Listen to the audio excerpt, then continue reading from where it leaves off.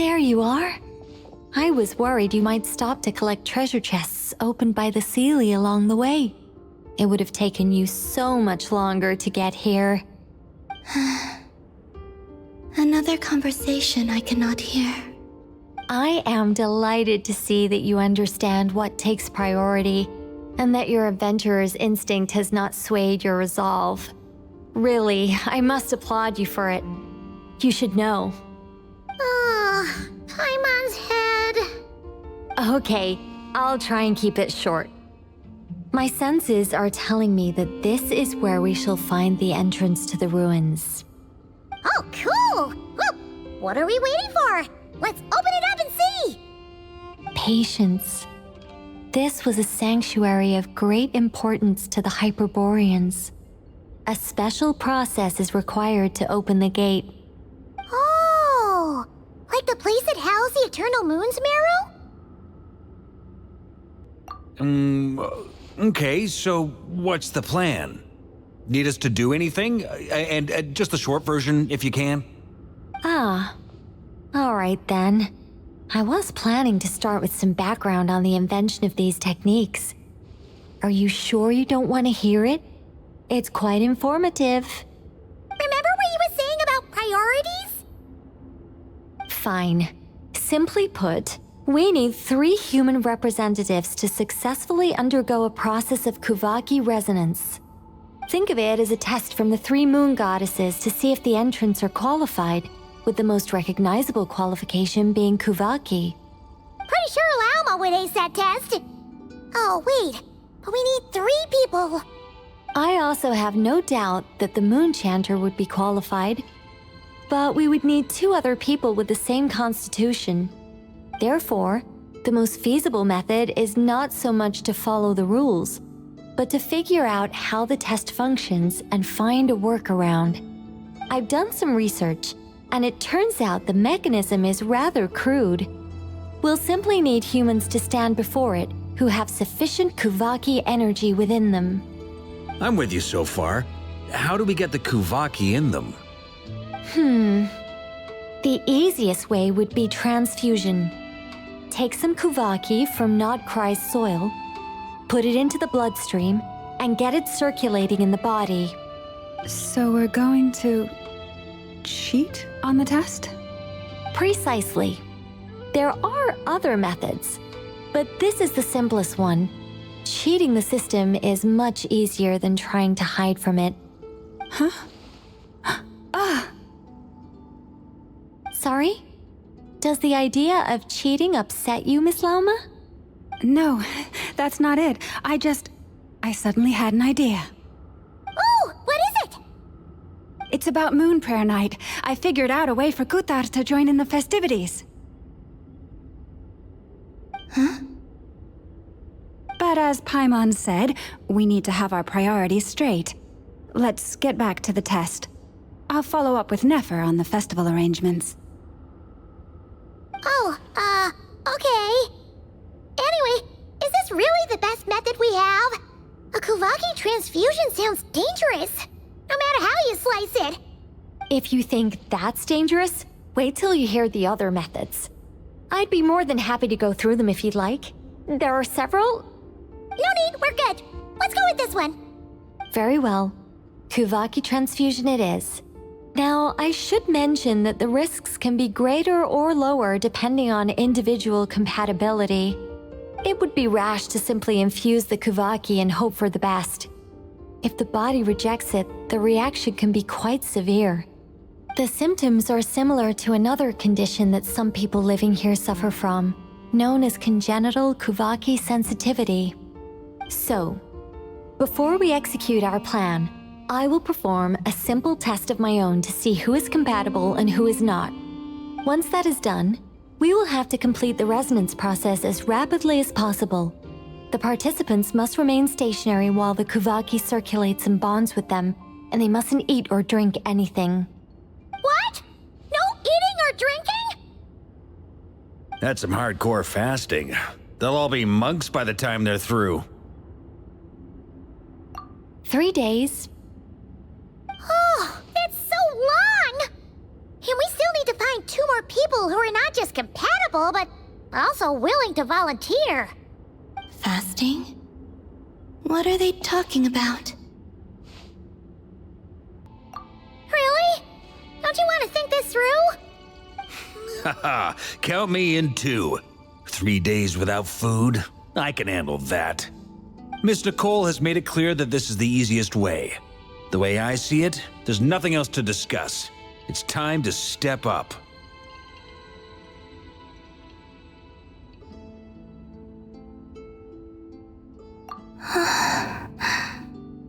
Yeah, you're right. In that case, Paimon volunteers to be captain of logistics. She'll keep the fires lit and grab some spare clothes to keep you comfortable. Then we'll start with you first, Traveler. Please step forward.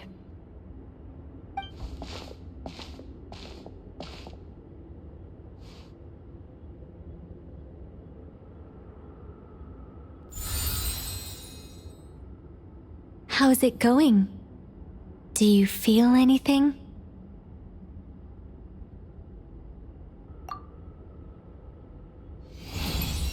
How about now?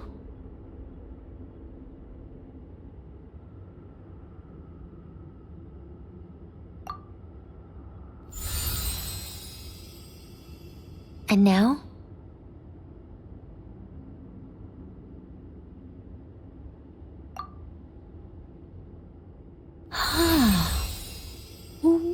What about now?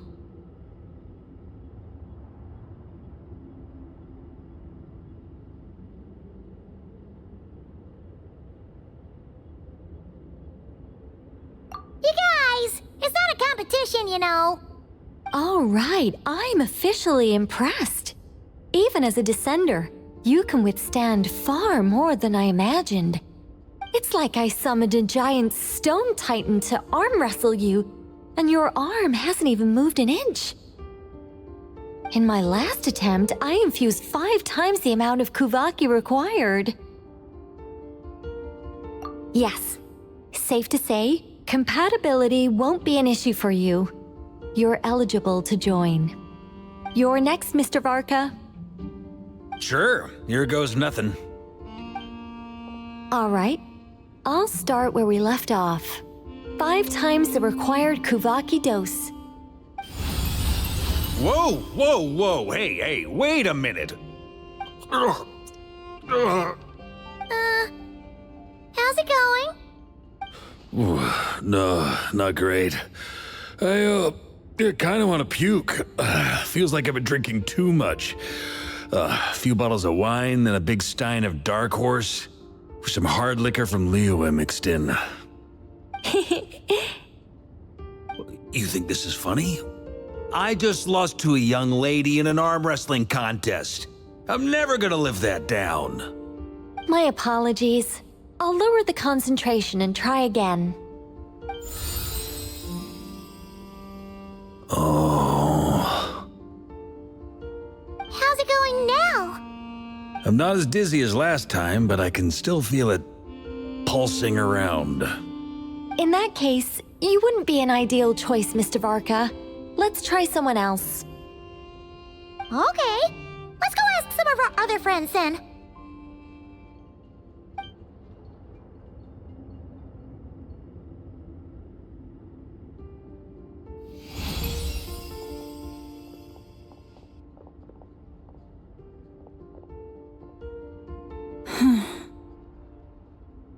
No surprises here, Miss Moonchanter. You're perfectly compatible. You may join.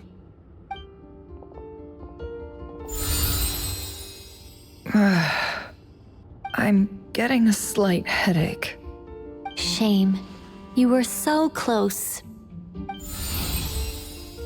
Whoa, I'm itching all over. Allergic reaction. We can't have that. Huh? Well, are you gonna start a what? The Hexen Circle is an organization that cares for and protects children. We will not have them do dangerous things. Not even tests.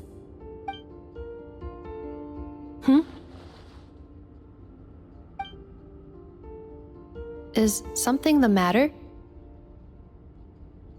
The candidates have to be human. I guess that rules me out too. Huh. Everyone except the Moonchander got beaten. Guess I don't need to feel so bad after all. I mean, looks like this isn't gonna be as easy as we thought. Perhaps I could ask for volunteers among the Frost Moon Scions. I'll see about talking to some trusted Lightkeeper colleagues.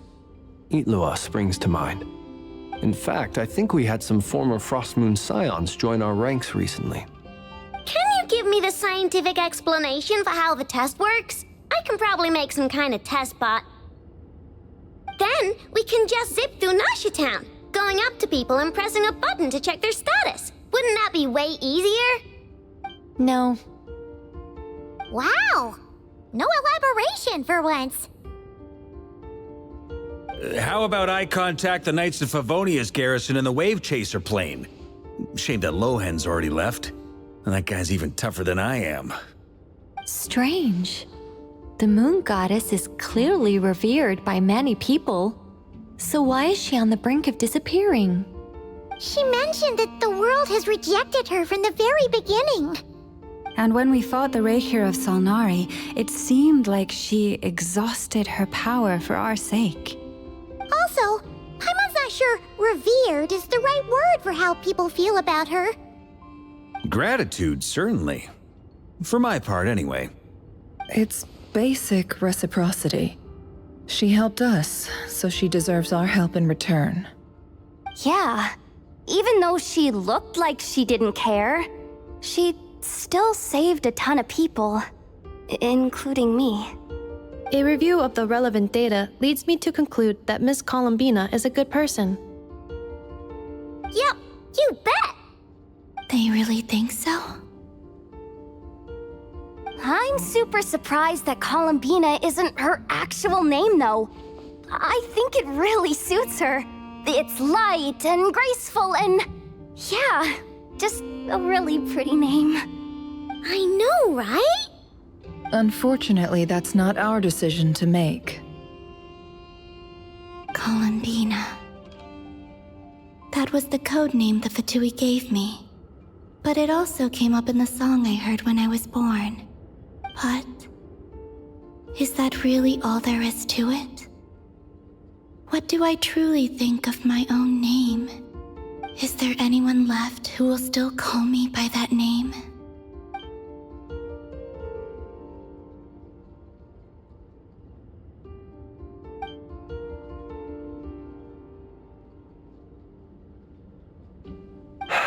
Moon Prayer Night is getting closer by the day. We're running out of time. We need to look for other candidates. Then allow me to try. Huh? What are you doing here? You contacted your friends via the Adventurers Guild. Sandrone has been keeping an eye out for something like that, so she informed me. Since I have the ability to accommodate a moon marrow, I should prove to be a suitable candidate. Arlecchino. When can we begin? I see. We can begin right away.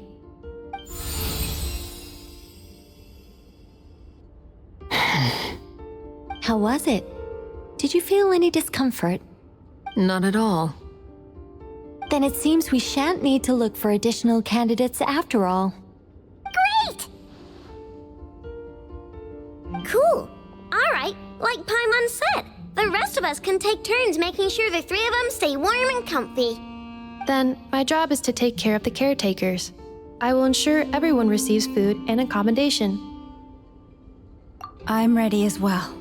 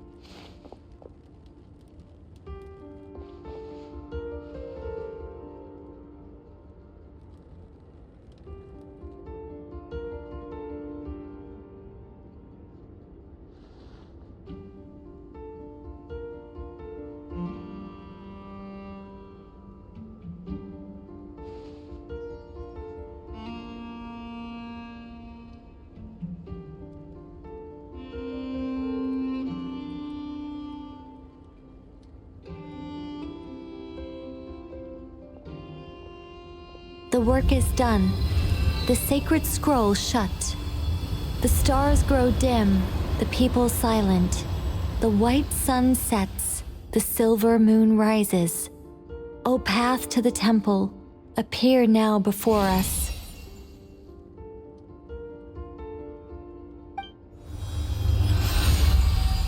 Wow! It really opened! So that's what all this is about. They've been trying to open this gate. Come, let us enter. It might be best to eat something first. Take care to chew properly and swallow slowly. It will give your body time to readjust to the digestion process. They will head in soon. They will need to enter this gate.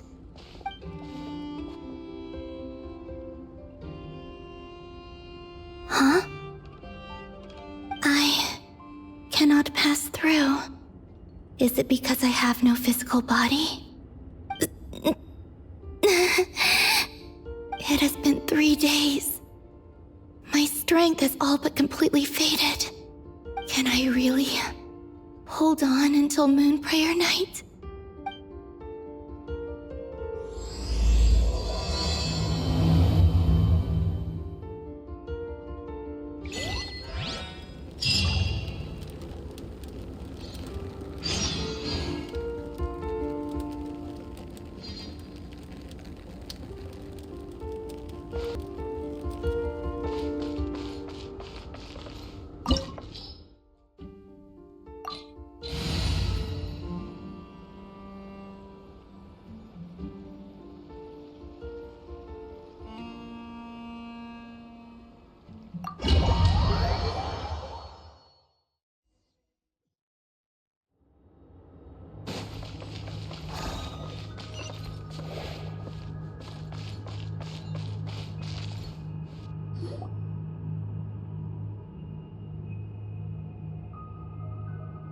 Are these people...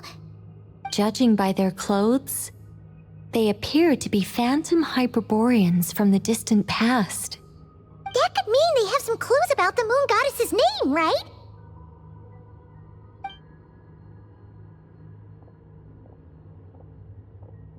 Hey there! Could you tell us what the moon goddess's name is?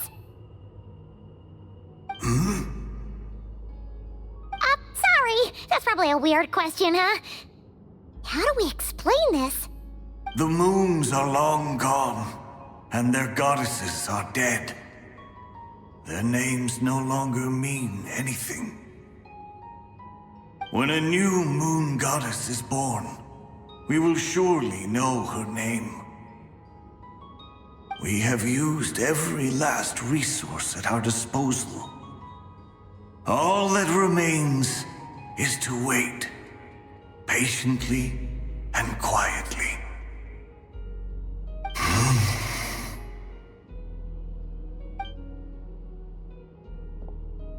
Were the people of the past all this devout? It looks like this phantom doesn't intend to converse with us any further. Surely the new moon goddess he speaks of must be Columbina. Alas, Kuthar's birth came long after the age in which he lived.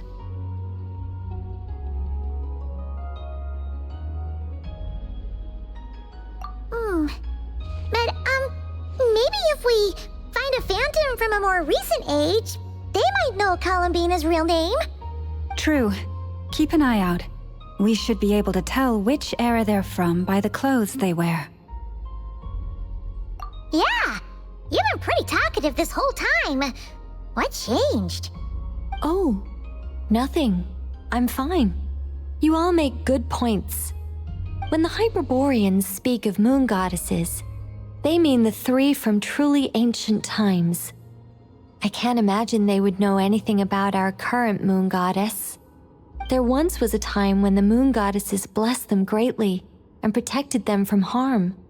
So, when the war between the gods and dragons plunged the world into chaos, it seems they looked once more to the moons for help, praying for a new goddess to be born.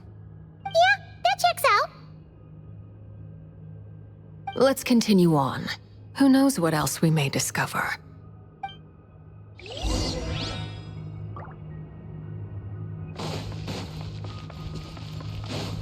Quit following me.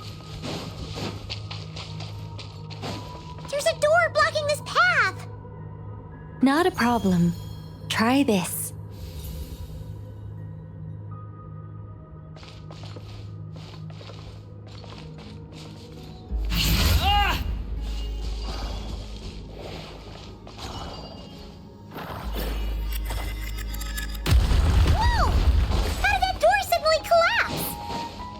This device was maintaining the door's integrity.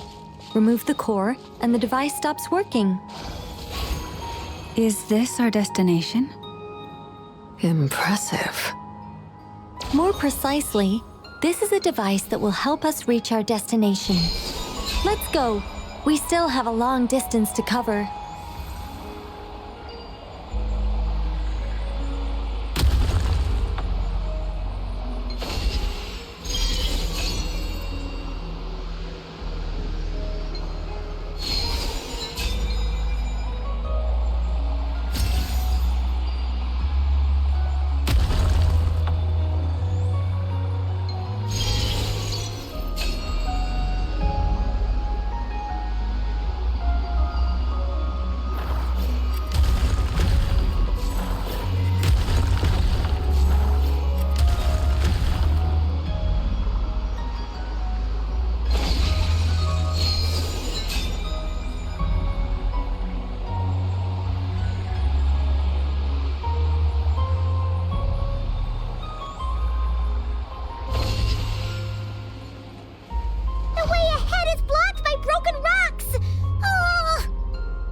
Let's try that device again. Remember the door from earlier?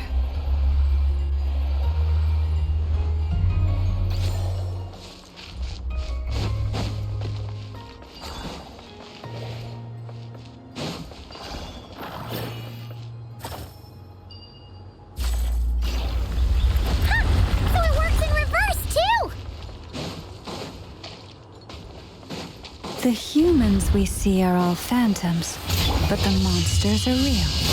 What a fascinating place. There'll be plenty of time to admire it later.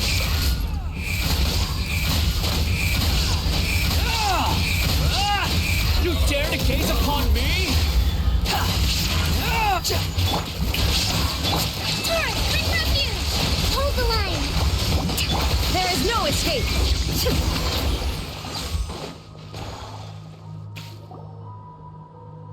Ooh, there's a whole bunch of artwork in here.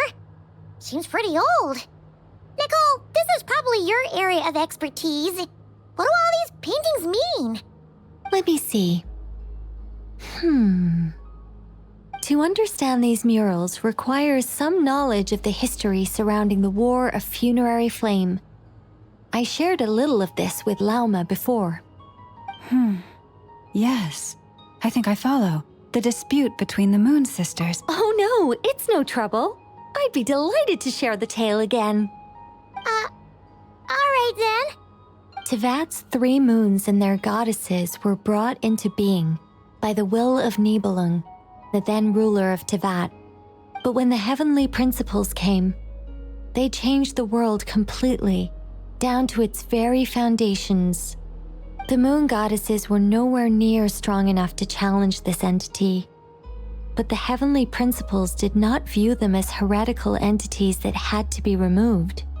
Essentially, the 3 moons existed to keep this planet alive and operational, which did not directly conflict with the heavenly principles' aims. Nevertheless, the inherent precariousness of this arrangement would soon be revealed. Nibelung returned. Yes. He did, and thus began the War of Funerary Flame, a battle for dominance between Nibelung and the heavenly principles. Discord would soon emerge between the 3 moon sisters. One would voice the opinion that they should follow Nibelung, for it was he who first hung the moons in the sky. Another would argue that taking sides in the conflict would only bring the world closer to ruin. There was no telling where it would lead. Especially since their creator had returned, bearing the perilous power of the abyss. Nibelung would eventually discover their disloyalty. He had all three imprisoned before transforming the moons into weapons with which to fight against the heavenly principles. What? Weapons? Yes. The very moons that had once defended the planet became instruments of death and destruction, striking terror into the hearts of all living things. And although the heavenly principles and the three moon sisters had once been at peace, it now seemed that the moons posed an unacceptable threat to Teyvat. It is possible that the heavenly principles did not know of the goddess's imprisonment. If so, the weaponization of the moons would surely have been viewed as an intentional breach of the peace agreement. Regardless of who knew what when, the heavenly principles shattered two moons and flung the other beyond the skies. Whether the goddesses managed to escape Nibelung's captivity after his fall, nobody knows. But this much is certain. From that day on, the moons no longer belonged to Teyvat. The rejection slowly drained their power until eventually they passed away. So that's the full story. You say the moons ceased belonging to Teyvat from then on. Why then would Columbina be born here? That is perhaps due to the lingering connection between the Frost Moon, which was not shattered, and this world. You could see it as the three sisters' dying wish. They never desired war. All they ever wished for was to protect this land. I see. If the final fate of the three goddesses is as you say, then Columbina faces the same grave danger. Our investigation has yet to bear fruit. We must hurry. Yeah, you're right. Let's keep going.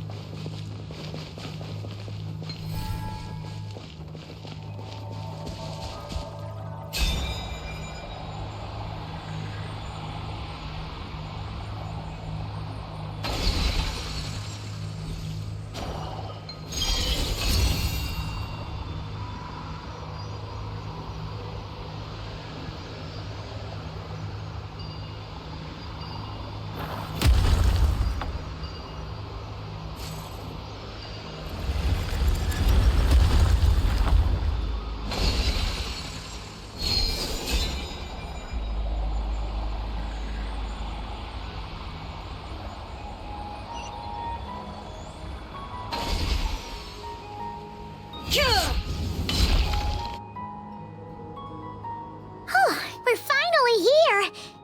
Guessing we'll need to activate this thing? Indeed.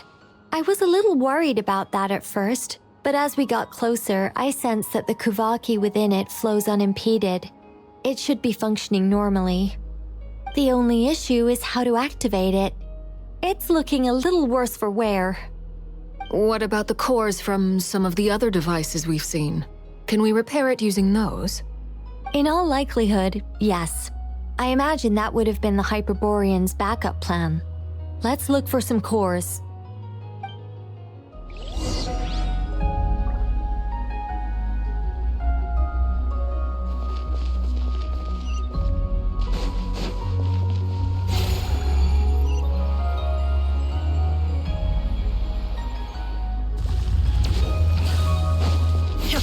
Illusion! Show a new trick!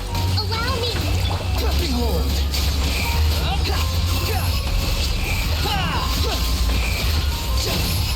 Search for it. Ah! Ah! Ha! Cha! Ah!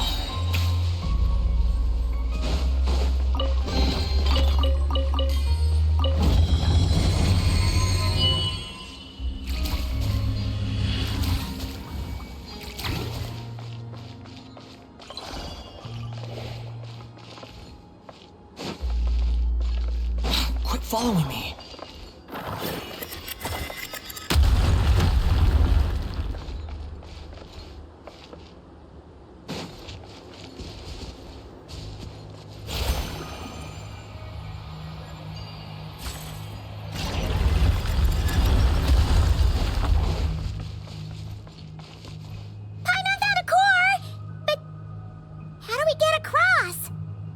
Walk up, then jump down.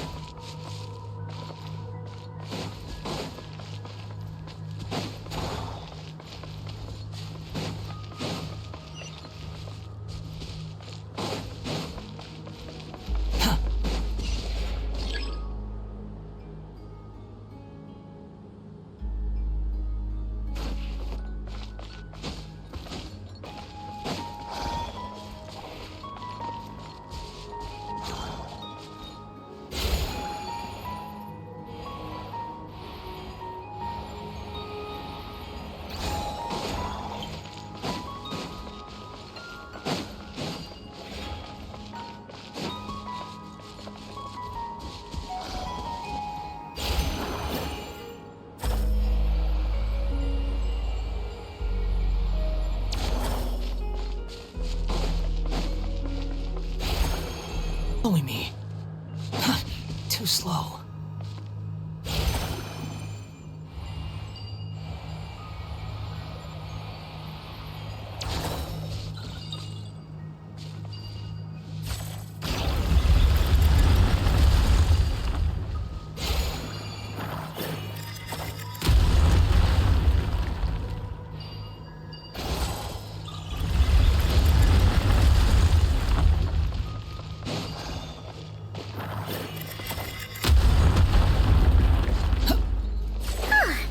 Enough cores. Let's head back.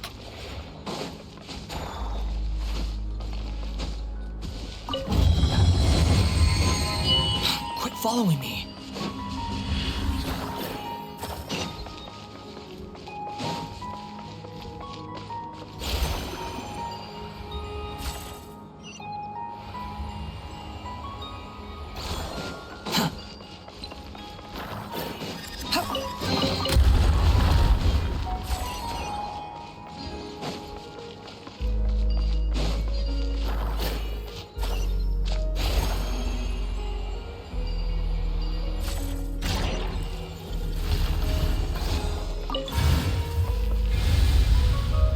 The device is up and running.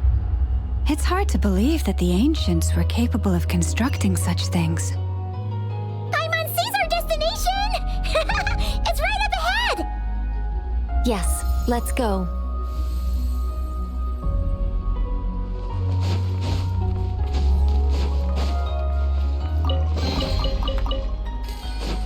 Quit following me.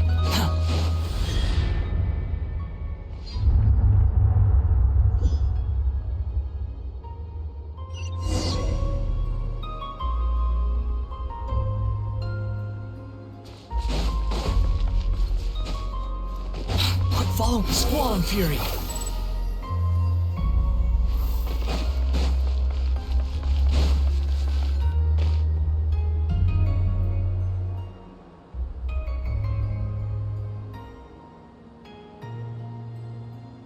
This is where the people of Hyperborea communicated with the moons.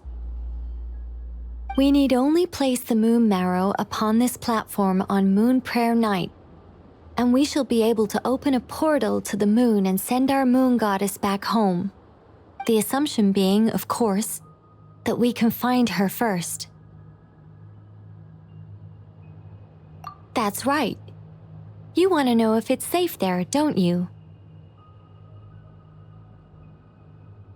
And yet, she has no choice but to return. You know this. Oh, that's not the only issue here. This is the end of the line, right? We've explored everything we can.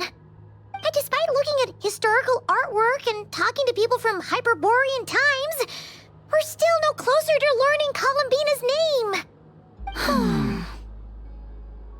name. If it's not too much trouble, could you tell me exactly what Alice said to you about finding her name? Oh, sure. What she said was... Then your first job is to find it. As a moon goddess, I'm sure she must have a name she identifies with. Neither Columbina nor Kutar is her true name, and she's never really accepted either of them. Is it not also possible that she has never had a true name? Not at any point in history? That would be a hard pill to swallow. But at this point, we may have to accept that that is the truth. No one knows how she came into being, and she certainly doesn't have parents in any sense that we're aware of. Perhaps she was never granted a name at all. But does that mean there's no way to get Columbina back? She's just gonna disappear and there's nothing we can do about it? Huh? Wait, why all this pessimism? Was it the way I phrased this question? You all seem to be taking this in completely the wrong way. Well, just because she's never had a real name in the past doesn't mean she can have one now. What? Think about what Alice said again. She never once said that you'd have to find a new name, did she? Are you saying what I think you're saying? Yes. Names are anchors that connect us to the world. If she doesn't have one already, then all we have to do is create one, no? It's like...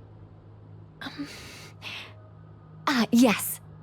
Traveler, when you first arrived in Teyvat, do you think you would have turned around if someone behind you shouted, "Hey, Tumaini"?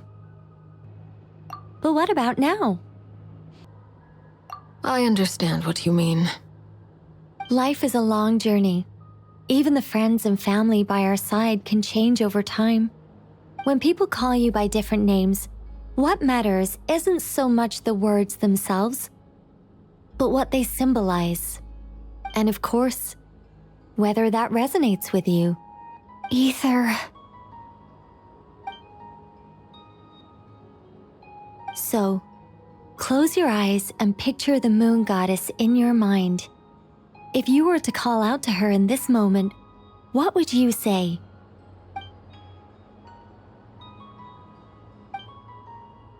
Columbina. Columbina.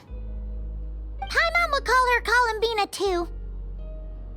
She has long forsaken everything that Kutar represents. I think from now on I should call her Columbina too. Well, it sounds to me like you found your answer. Are you sure? Is it really that simple? We haven't found her this whole time, and not for lack of trying. For a journey like this, the process is every bit as important as the outcome. Had you not searched far and wide, rejecting every other answer you were offered? How could you have come to an answer you felt was finally correct? Oh, it all makes sense now. This has Alice's fingerprints all over it. Are you suggesting that Mage knew from the start that Columbina never had a real name to begin with? I can't say for sure, but I can definitely imagine her chuckling in satisfaction somewhere right now, saying, "Ah, what fun." Llama, your antlers! You should hurry. The festive moon has begun to rise. Do not worry, for when you called the name Columbina just now, I could sense that the power within was enough to summon back the moon goddess. The power within what? The name? Yes. So, the thing is... What's wrong now? This is so annoying. I really want to explain how that whole thing works. Starting from the founding principles of Tevat and... Oh, I could talk about this for hours. But... Deep breaths, Nicole. Deep breaths. You're an angel. A sober, sensible, solemn angel who has her priorities straight. Okay then. Sorry for asking. Clearly a bad call on Paimon's part. Anyway, you all need to hurry. Last thing, remember how it felt when you called out that name. Then it is agreed. By the name Columbina, we shall find her. Then we'll throw her the best Moon Night party ever! And at last, we will send her home.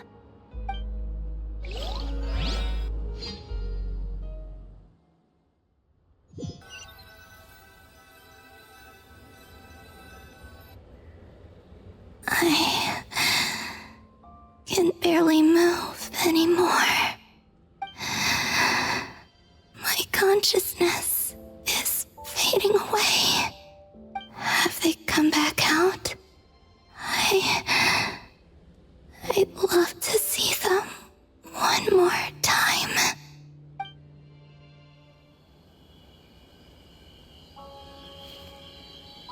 They didn't make it.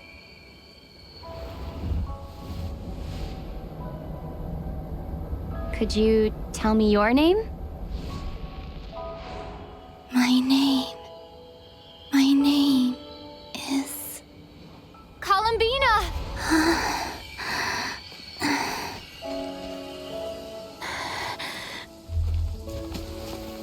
Columbina! Are you here? Columbina! That's the name you gave when we first met. And it's what I've called you ever since. Columbina. It's a fine name. I have many fond memories of Columbina, and so do all of your friends.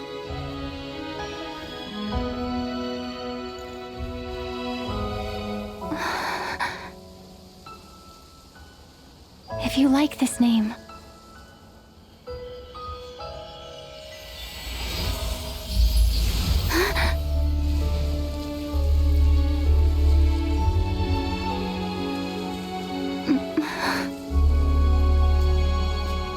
looking for me?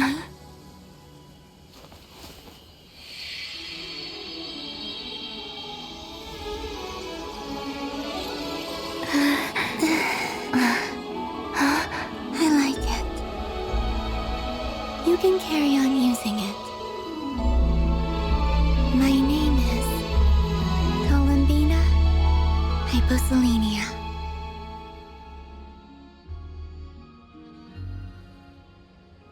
Columbina Hyposelenia. That's a wonderful name. I never thought that Columbina would become my real name. But after I met you and my other friends, the things that this name stood for slowly began to change. It went from being a Fatui code name to something my friends call me.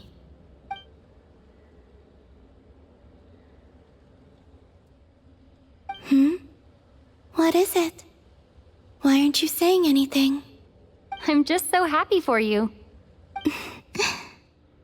Thank you. So, where's everyone else? We can go and meet them very soon.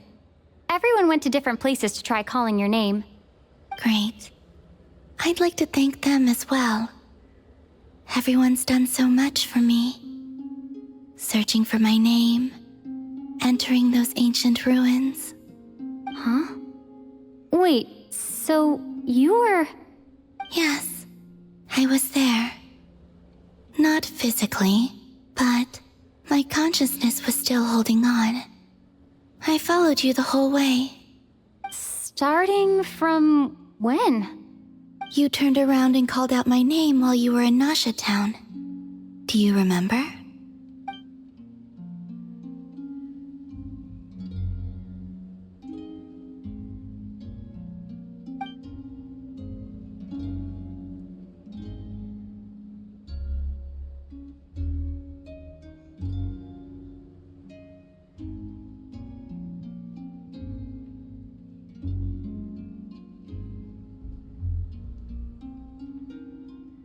Let's go. We don't want to keep them waiting. Sure. In that case, come with me. But... Before that, could you call my name one more time? Sure. Come with me, Columbina Hyposelenia.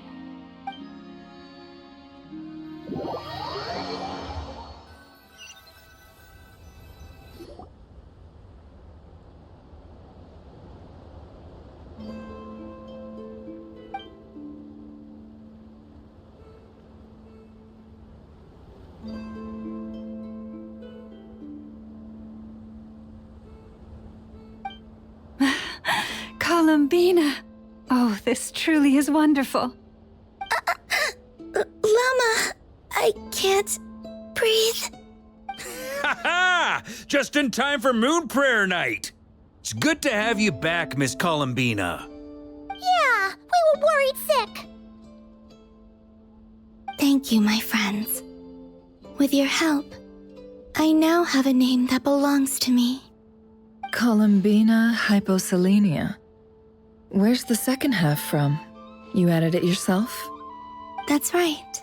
It means... Born beneath the moon. Yes. And by extension, it can also mean born beneath this world. A fine name. Now, as much as it pains me to interrupt this beautiful reunion, I feel obliged to remind you that the Moon Prayer Night celebrations in Nasha Town have already begun.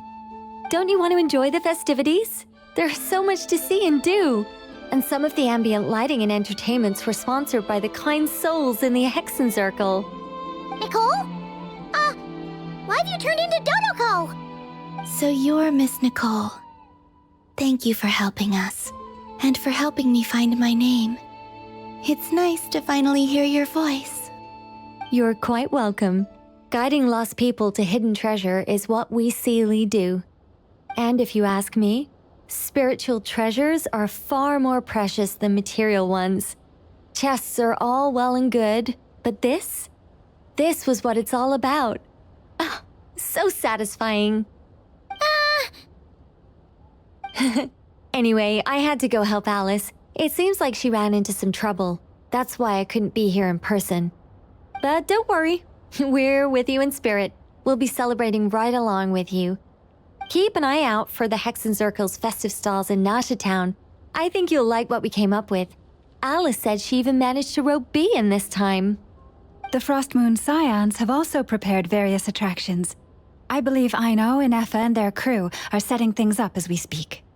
On that note, Nefer, about that request I made. It's all in hand. Yehoda is on site to ensure that everything goes off without a hitch. Wonderful. In that case, Traveler?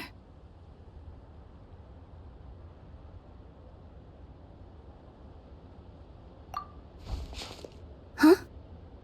Come on, Columbina. It's time to celebrate the best Moon Prayer Night ever.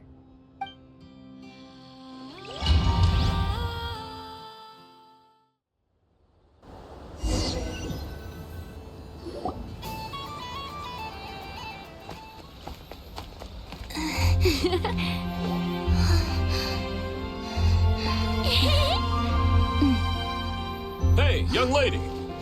Would you like some Moon Prayer Night candy? Happy Moon Prayer Night. Oh, yeah. I almost forgot to say. Welcome home, Moon Goddess.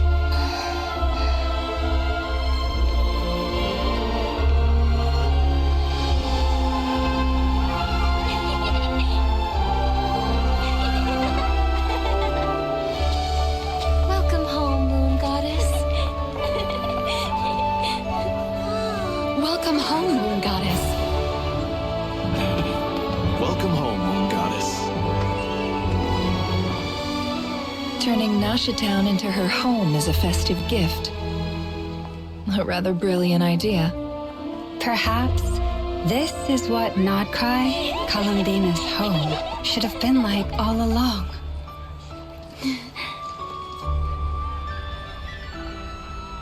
Thank you for the gift. I like it a lot.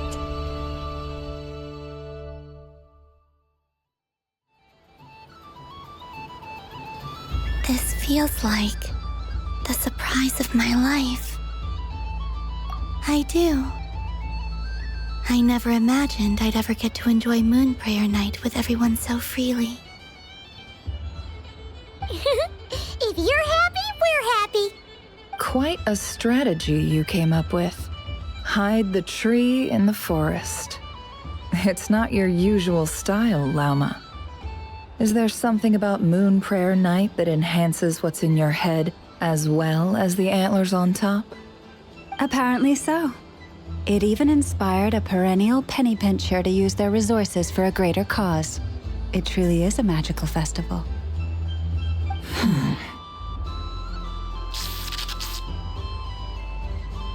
I see it now. This bickering is actually a sign of a strong relationship. Huh?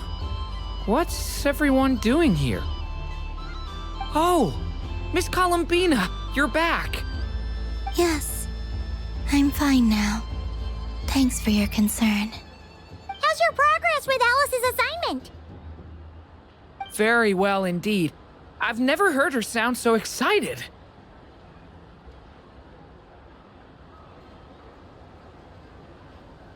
Not like this. This time, her excitement seems more serious. Seems like she's had a major breakthrough. She said she'll contact us once she knows more. In the meantime, we're free to relax and have some fun. Enjoy the time off while it lasts. I have a feeling that our next task won't be so simple.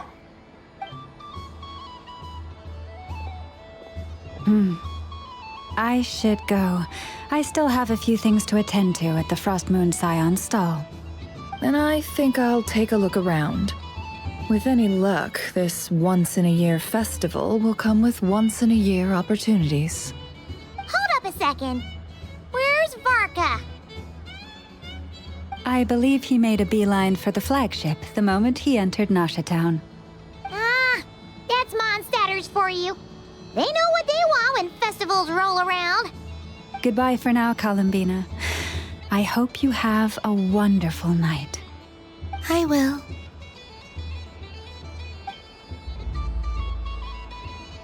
Well, in that case, don't just stand there.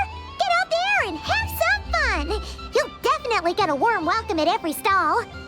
Oh, also, take this map with you. It's a guide to the festival.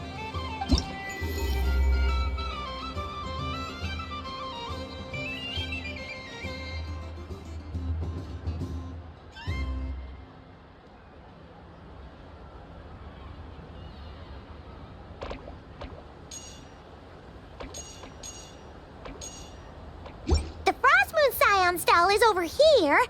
Lauma's invited a whole bunch of cute animals to celebrate too. Over there is the Hexencircle section. Alice seemed more excited than anyone about this festival, so she insisted on making it a grand affair. Oh, and then there's the Nasha Town local specialties, including... Actually, forget that. Better if you go check them out for yourself. Thank you. It looks like a lot of fun. You're not coming with me? We'll be around. But don't you want to browse by yourself for a bit first?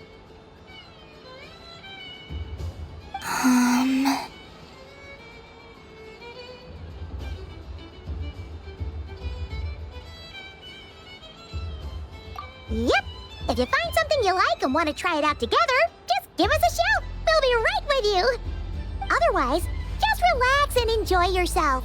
There's so much on offer, so try to experience as much as you can.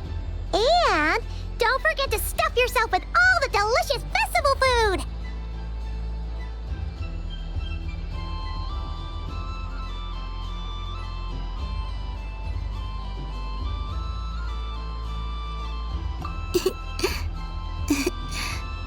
All right then, off I go.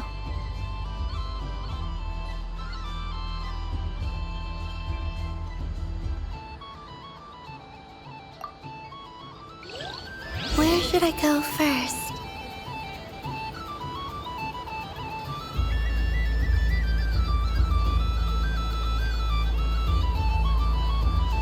Must be the mage.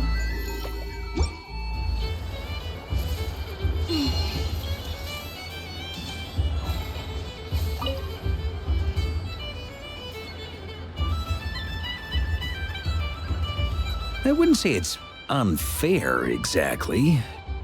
I mean, your voice goes right into people's heads. How would you explain that to the kids? You can't just explain it away as magic. Is something the matter? Ah, Miss Columbina! No, nothing you need to worry yourself about. Impeccable timing. Stick around for a second, Miss Columbina. I need your input on something. This self-proclaimed Knight of Justice has yet to give me a satisfactory answer. I, for one, would like to hear your verdict on the matter. Hey, now, I left the flagship just to help you out, Miss Nicole. What's going on? So Alice and I are both using long-range remote control spells that work on similar principles, allowing us to attend this festive fair in Dodoco form. Sorry, let me backtrack a little. While similar, there are some key differences.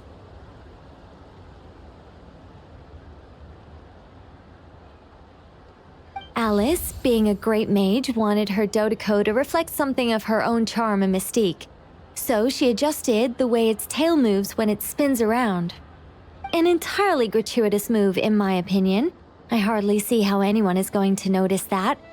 If anything, I'd say that anyone who stares intently enough at a Dodoco's tail to notice such a small detail is someone we ought to be highly concerned about. I only say this to emphasize that my question has nothing to do with tails. Now that we're clear on that, why is Alice's Dodoco permitted to interact directly with the children celebrating Moon Prayer Night, while mine is not? Your voice speaks directly into people's minds. See? Exactly what I said.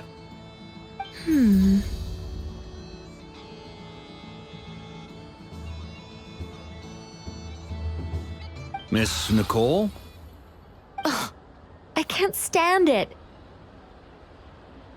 I know that probably makes me sound like a whiny child acting out in front of their parents. And it's a little embarrassing now that I think about it.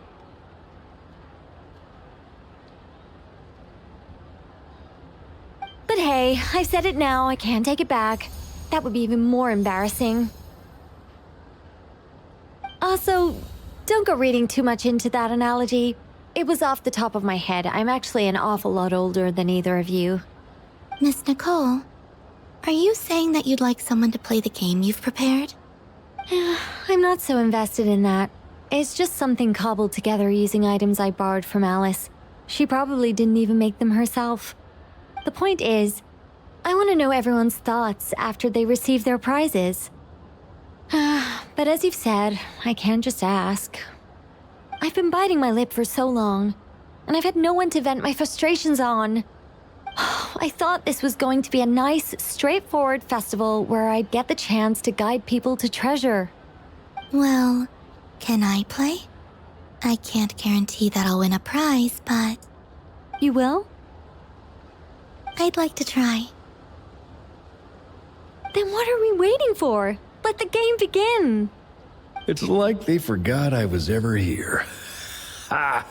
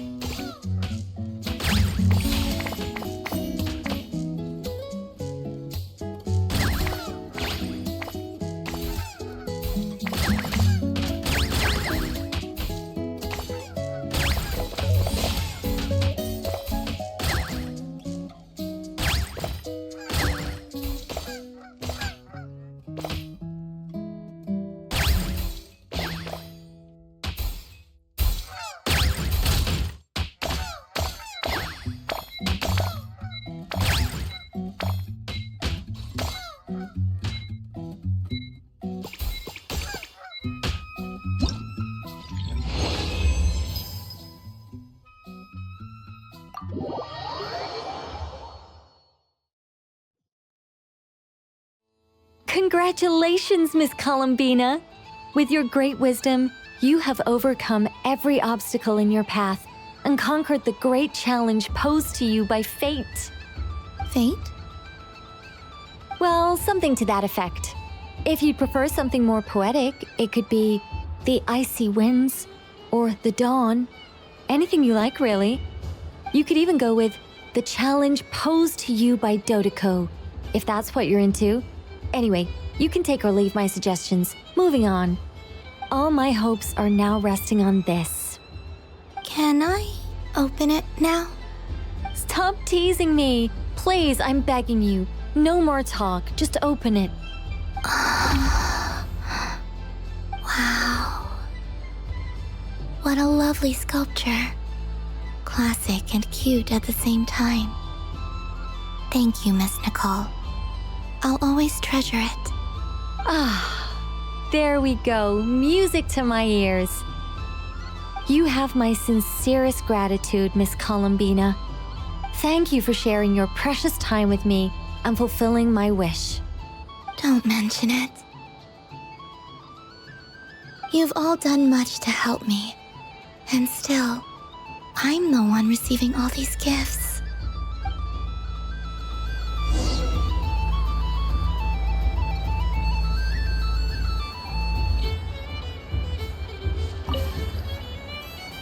A soft and furry creature that bounces and jumps.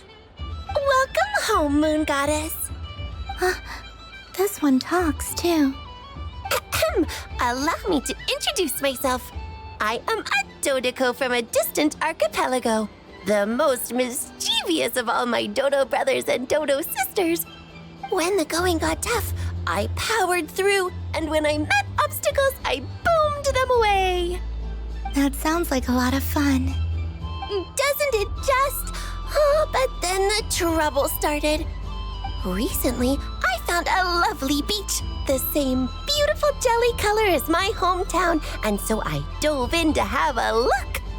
Only to find it overgrown with seagrass and nasty little spiky fish everywhere, looking to turn me into a Dodoko kebab.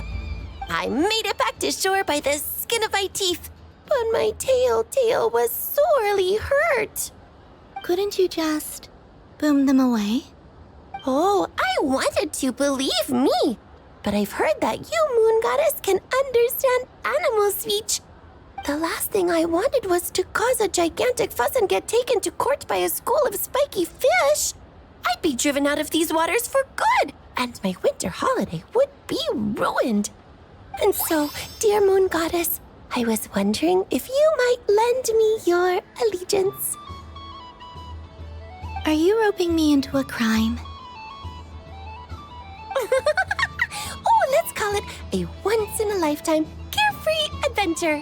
Does that sound better? All the festival goers tonight are dressed up as the Moon Goddess, but there's nothing to say that the Moon Goddess can't disguise herself as a Dodoko, is there? Besides, this is your home. You should be free to be whoever you wish.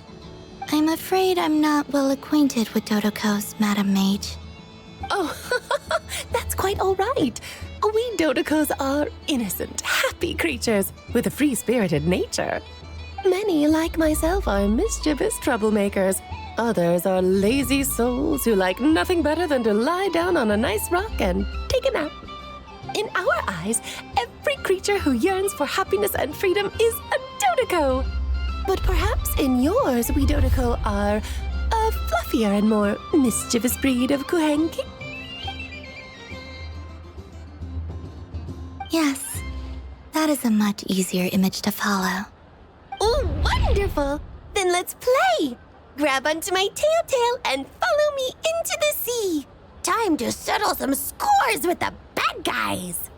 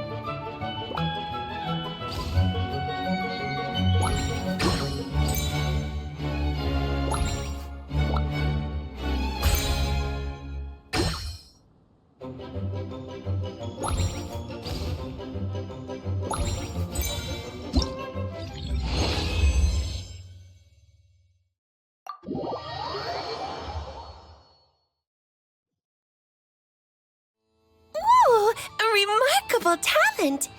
So, what do you make of it? The use of Jumpy Dumpties doesn't come as naturally to me as Kuvaki, but their unpredictability makes it fun.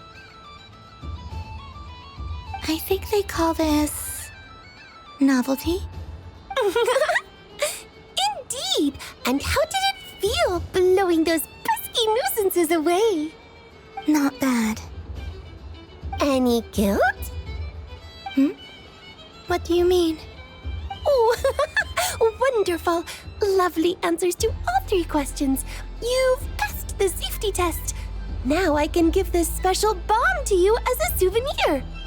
Remember, if you find any meanies living on the moon, you can use this to boom them into oblivion.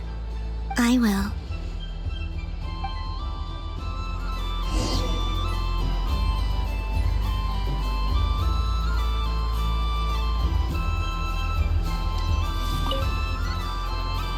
Welcome home, Moon Goddess. Oh, you're the genuine article.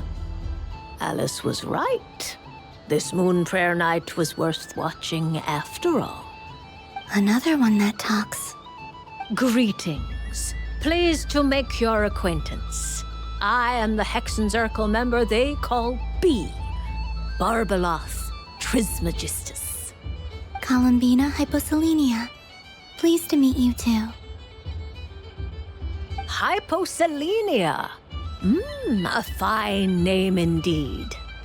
Now then, Miss Columbina, do you wish to hear a mage's divination? Divination? The Frost Moon Scions used to ask me what would happen in the future. Is this like that? From the perspective of the one seeking answers, perhaps. As you look to your journey ahead, if you seek to understand the unknown, resolve your doubts, and soothe the confusion in your heart, divination could be for you. The unknowns on my journey. Of course, if one wishes to peer into fate, then hydromancy is the more precise option. But that is a complex affair, and to relegate that majestic art to the status of a festive amusement would seem somewhat uncouth. Besides, it is sometimes better to not know fate with great certainty. Hence, I shall use the suitably festive Luna Arcana to tell your fortune instead. It is more popular with the youth in any case. Lunar Arcana. Indeed. Unlike hydromancy, this will only display possibilities and trends.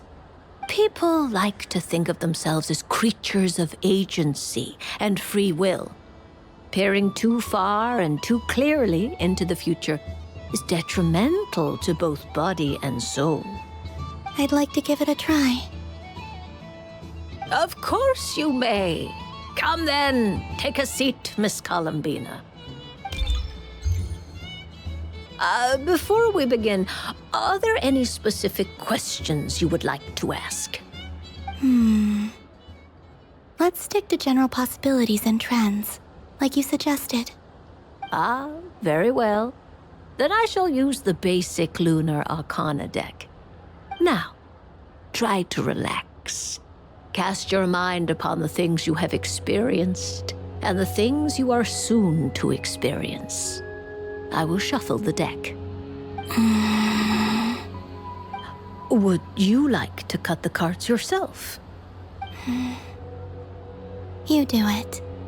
No problem. Now then, to make things easier for the seeker, that is to say, you, I shall decipher the cards from your perspective.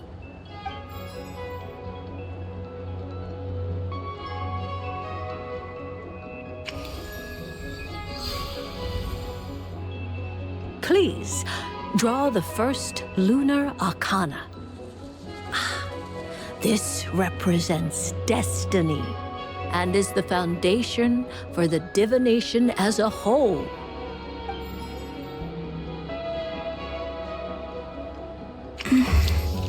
Now, draw your second card. This will stand for the past, the sum of all your experiences that have come before.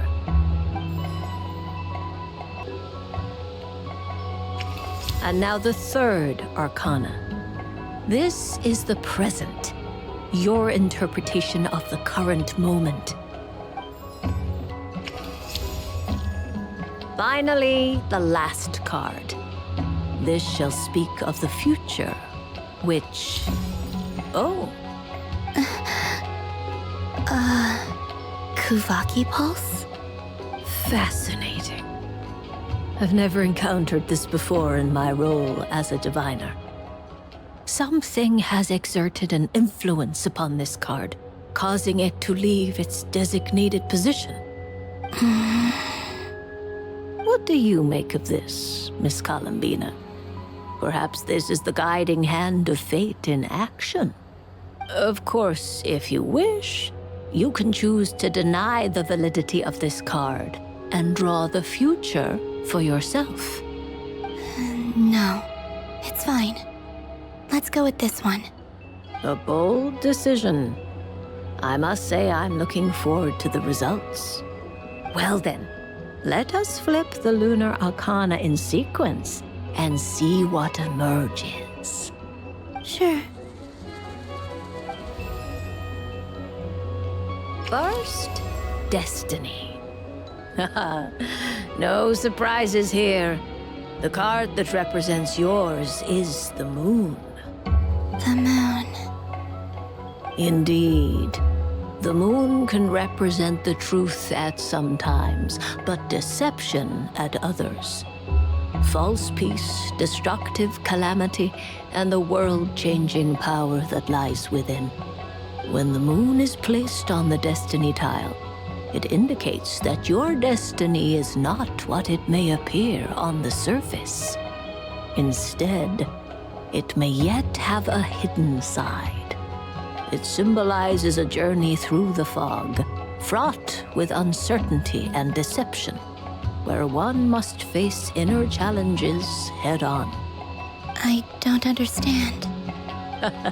Patience, my dear. This is but the first card, which serves as a basis for the interpretations that follow. Our divination will only grow clearer from here on out. Now then, flip the second card, the one that speaks for the past.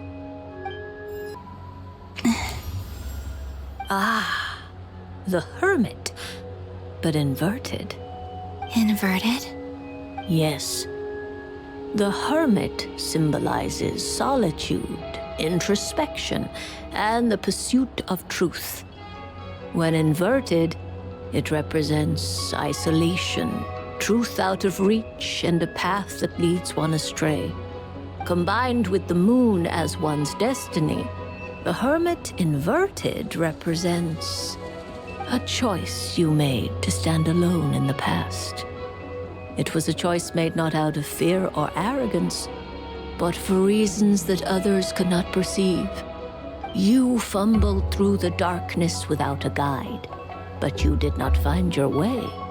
Rather, you went astray. More than once, it would seem. Is this about how I became Kutar despite not wishing to become a god? And how I joined the Fatui because I yearned for a place to belong? I suspect only you know the answer to this question. All is not lost. The past is in the past, and so it shall remain. Shall we look into the present now? Oh my. The Lovers. One of the most interesting Luna Arcana. What does this one mean? This means that you have had an unprecedented emotional experience. The joy of finding your soul becoming intertwined with that of another. A precious and wonderful thing indeed. It's true. I've made a lot of friends recently, and they are very good to me. I like them a lot. That sounds lovely. I am most delighted for you. The Lovers can also represent important decisions, perhaps related to a parting of ways. Now, if I were to guess... Yes. My return to the moon. I understand. Parting with friends is never easy, Columbina. But rest assured, this is not the end of your journey. There is always another story waiting to be told. The future always lies ahead. The future. Well now, it's finally time to flip this most mysterious of cards. Why did it appear? And what does it wish to tell you? I'm ready. Very well. Flip this card and see what lies on the other side. Oh. Miss Barbeloth? What is it?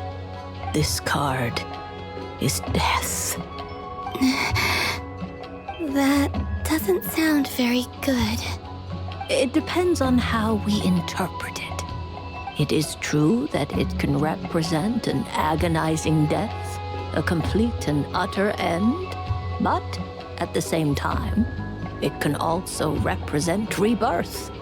Do not forget that your destiny card is the moon. That lends your future many different potential meanings. If death spells the end, is it unavoidable? As I have said, divination can only display general trends. It is a rough guide, but it does not show predetermined outcomes. Allow me to summarize it for you. In the past, you may have lost your way, but now you have gained new connections and new strength. You now face an important decision, one that may bring about a great change in what is yet to be. This change might, in turn, be the end of all things, or their beginning. But remember, everything is subject to change because of the moon present in your destiny. You must see the truth clearly and face your innermost thoughts. The truth. My innermost thoughts. Thank you, Miss Barbeloth. Don't mention it. Some people dislike divinations, for fear of glimpsing an ending to their story that they wish was not so. But I can see that you're different. The result of this divination will not sway your decision. This is a rare quality, and one that diviners always hope to see in the seeker. We are here merely to guide, not to exert undue influence. I understand. Go then and illuminate your future, Miss Columbina. The moonlight that shines from you now is most captivating.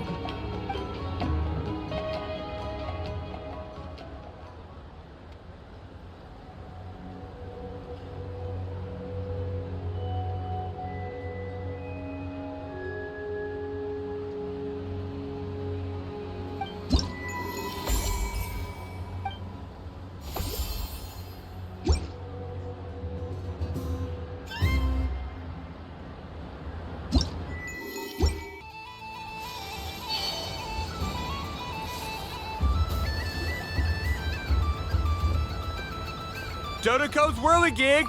Come check out Dodoco's Whirligig! Ah, welcome home, Moon Goddess. Might I ask what this is? Ah, it's a very special amusement sponsored by the great mage herself. Ride on a soft and furry Dodoco and embark on an unforgettable adventure. I say that, but I'm just following a script here. Who is this mage, anyway? And what the heck is a Dodoco? I'd like to ride. No problem. But, are you by yourself? Is that not okay? Oh, no, it's fine. It's just that each Dodoco can accommodate 2 passengers. Would you like to bring a friend along? My friends... That should do it. Now, we just need to get everyone else to draw something on it too. But we gotta keep it a secret from Columbina. Traveler,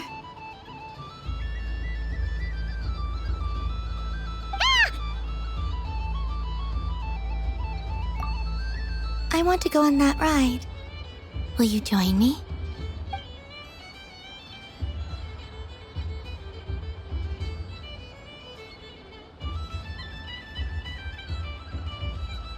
Let's go then.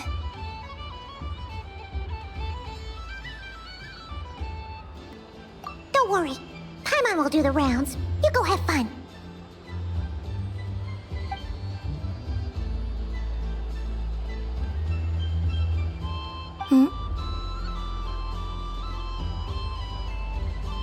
All right.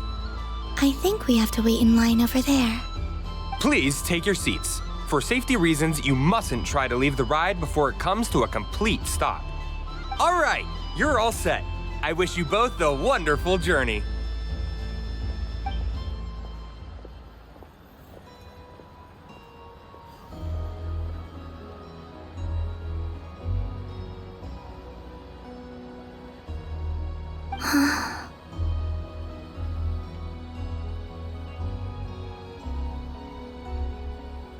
Not bad. It reminds me of riding a moon lane. Sometimes, the Kuhenki circle around me like this, playing their beautiful melodies. Yeah, I'm going to miss them.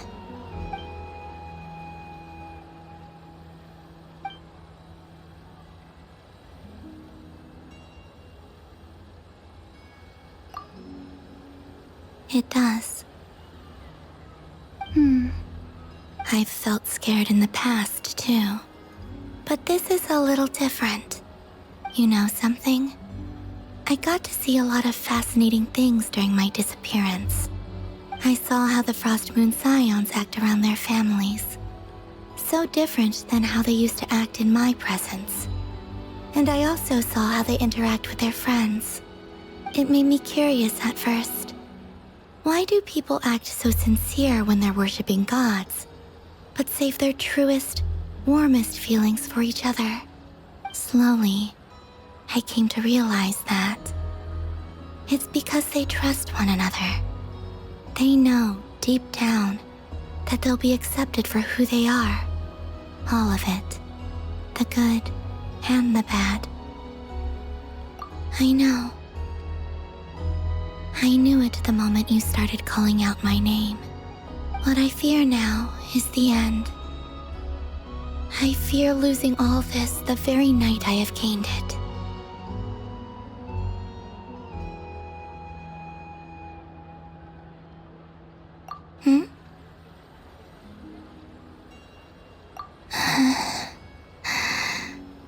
Thank you for this conversation. Thank you for listening to me. Don't worry. This fear I have, and the unknown that awaits me, they cannot hurt me. Not when I possess a treasure far greater. I just want you to remember this version of me, the real me, on this final night together. Dear passengers, Dodoko's awesome adventure has come to a close. Please leave in an orderly fashion, and we look forward to seeing you again in the future. Don't want the journey to end, huh? Don't worry, you two. There's always another adventure waiting just around the corner.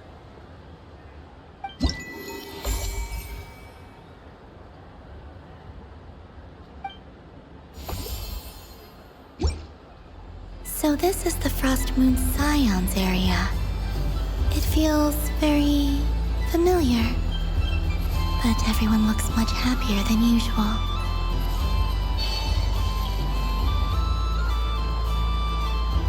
But I was aiming right at it! Aw, what a pity. I saw it with my own eyes. You were so close. So very close. That's not true! It dodged out of the way right as I was about to snag it! I'm sorry? You heard me! This paper frog can move! I swear! Dear, oh dear, what are you saying? How could a paper frog move? Unless you believe there really is magic in this world. Even if I, the mere humble merchant that I am, knew such magic, surely I would not use it on a paper frog. I'd sooner give Mora legs, so it could walk right into my purse. My dear, dear customer, why not have one more try? This time I'll give you 12% off, a very generous discount for one of my most regular customers. Just think about how much experience you have under your belt now. You're sure to win the next one. Darn, I used up all my coins. I'll be right back. Just gonna fetch some more from my house. Take your time, but don't take too long. This event is Moon Prayer Night only. Miss it, and you'll have to wait a whole year before I'm back. Next customer, please. Welcome.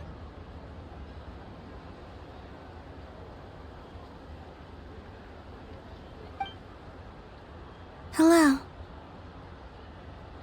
Whoa! What's this bigwig doing over here? How do I tell my employees not to go running around this time? Shooting them a glance won't work. I haven't known them long enough. Dory? Why, hello there, Miss Columbina. Would you like to play my ring toss game? The rules are very simple, and it's easy to get the hang of. How much for a round? Oh, first time's free. Not a single mora. After that, well, we can cross that bridge if and when we come to it. But with your sharp skills, I'm sure you'll win all the prizes in one fell swoop. That was an obvious enough hint for them, right? Right?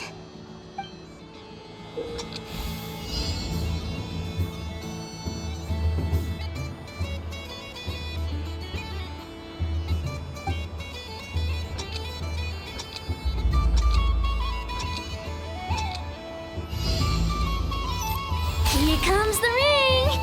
Oh, peanuts.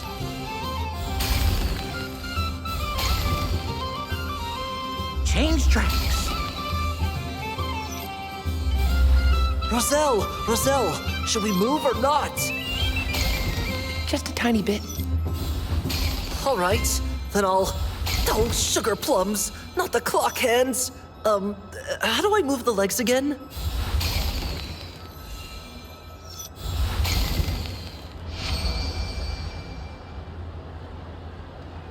Let's see now.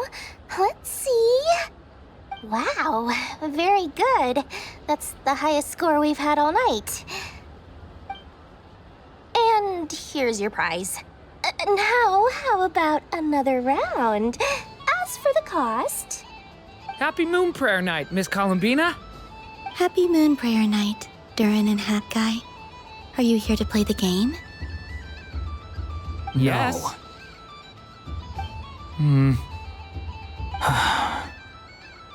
You said we were just coming here to say hello.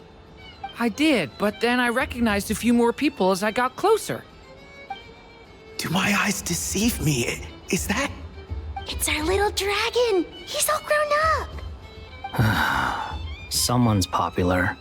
Well now, since you came all this way, why don't you try out this lovely game we have going? First try is free! He'll have a go. I'll pass. It's only one free try per customer. You can't give your try to him. I'm aware. How has Elder Almond been lately? He's in great shape. He goes for a run in the forest every morning to stay fit and healthy. He tried to go boat racing with Firecracker a while back, but he couldn't even make it onto the Lotus Leaf. Firecracker was in fits of laughter. How about you, little dragon? Can you still fly? Yes, I can. But you've become less chatty. Has growing up been tough on you? We call that maturity. You know, the thing people sing about. The knight wields a sword of stone to defend those hearts that are made of gold. Stone is very heavy. That's what keeps him from talking too much. That's awesome! I want to be a knight when I grow up too. Ring, here I come! Ha!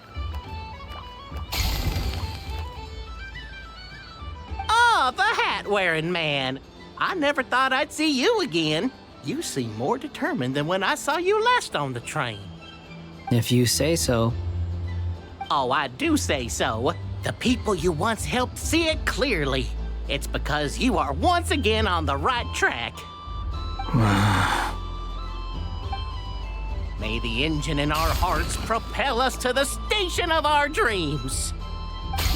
I can move! I can move now, Roselle! What are they doing, running into the rings like that? You got them all so quickly! I have never seen anything like this in all my travels. Is this guy actually an old friend of theirs? But how? They're origami animals and clockwork people from a fairy tale. Getting to know them would be quite an arduous task, unless they share a hometown? I have to get to the bottom of this. Next time I see the Great Mage Alice, I shall demand answers. Thank you, Dory. I had a lot of fun. Now for your prize. Where did I put it? Give me a moment to dig it out. Oh, sweet grand prize. How I wish I didn't have to let you go. Good thing I've already turned a profit from the customers earlier in the night. Otherwise, I'd have wasted all my hard work. Okay, I'm back. What? I leave for 2 seconds and someone's already claimed the grand prize? Oh, well, these things happen, you know? Perhaps you'd be interested in one of the other prizes instead. We've got all kinds of wonderful goodies here. Is this the thing you wanted?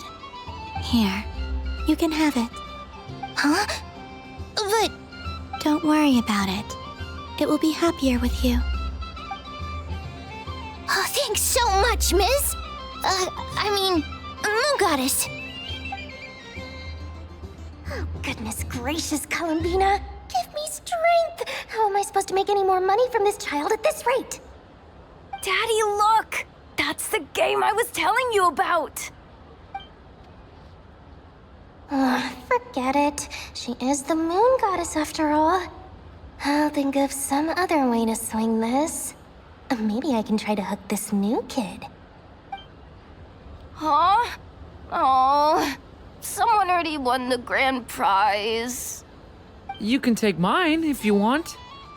What? Why? Why are all these bleeding hearts coming here to ruin my business?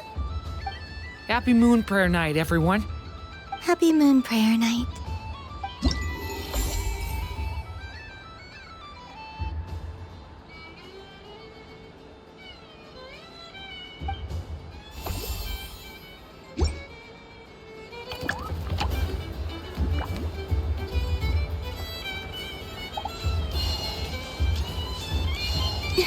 There are so many attractions here.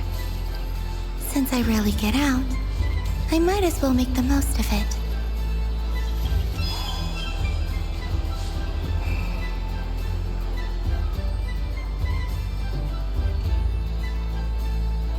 Well, look who it is. I heard someone went and disappeared on us the moment we let her out of our sight. They looked all over for you. Frankly, I didn't think you'd be back for Moon Prayer Night. Were you worried about me, Sandrone? You would like that, wouldn't you? Do you even hear what you're saying? It seems to me like you disguised yourself with festive headgear, just so that you could come see me on Moon Prayer Night and make sure I'm okay. You didn't even bring Polonia with you. You? I thought you couldn't see. I cannot. But I sense the confusion of those around us rippling through the Kuvaki currents. Based on what I know about you, let me guess what you're wearing. Is it cat ears? Hey, shut up! I'm only here to protect the Fatui's interest in this territory. Running into you was pure bad luck. Really? But you were the one who asked Arlecchino to help everyone find my name. Columbina! Ugh! Just one more word, and I'll unscrew your vocal cords. It's Columbina hyposelenia now. Tell someone who cares. I've missed you, Sandrone. The whole time I was gone, I was thinking. I hope I get a chance to say some ugly words to you. Is that supposed to be a joke? Anyway, let's go play that game. What? You mean that frostfin whale? Yes. It's some kind of game where you get bitten if you step on the wrong tooth. Seems like fun. Who in their right mind would wanna? Because you're not a scaredy cat. Fine! You wanna play? Let's play. Don't complain when I kick your sorry butt. Lovely. You old geezer! I'm gonna beat the pants off you! Just you watch! I almost forgot. Sandrone? What is it now? You'd better not lose, or I'm going to beat your head in. What? Allow me to demonstrate since I'm feeling so nice. You just step on the teeth, like this.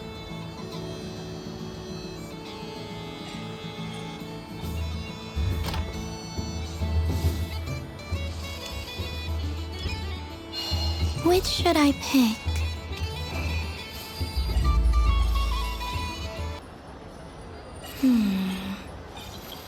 Your turn, Sandrone.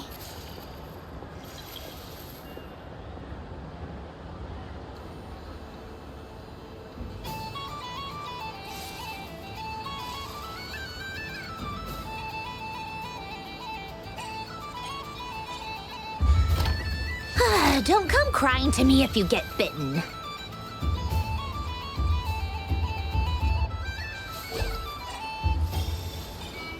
There are less and less teeth remaining.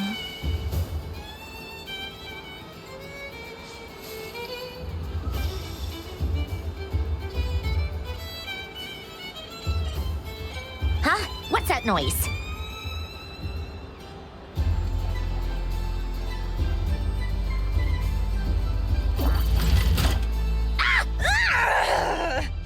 I think you might have picked a bad tooth, Sandrone. Shut it! Do you need any help? It seems like you're stuck. No! It's just a blasted toy! How is its grip this strong?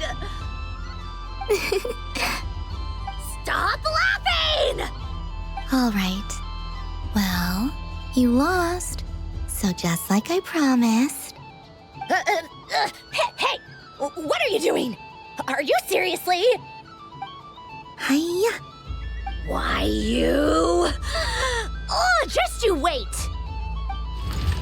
Rematch! Are you all right, Sandrone?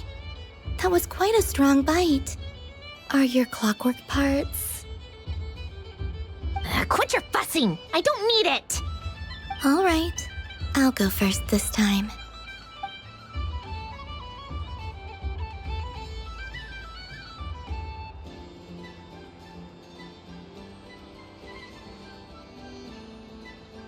I see it now. She can sense which teeth are rigged. So I just need to avoid the same ones that she does.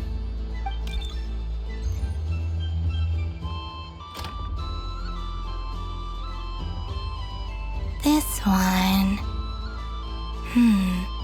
Seems fine. She avoided that one then? Now I've got you. All right, my turn.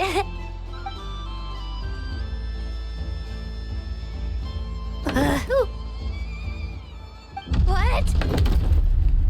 Looks like you lost again, Sandrone. Wait! There's more than one bad tooth! Bonk.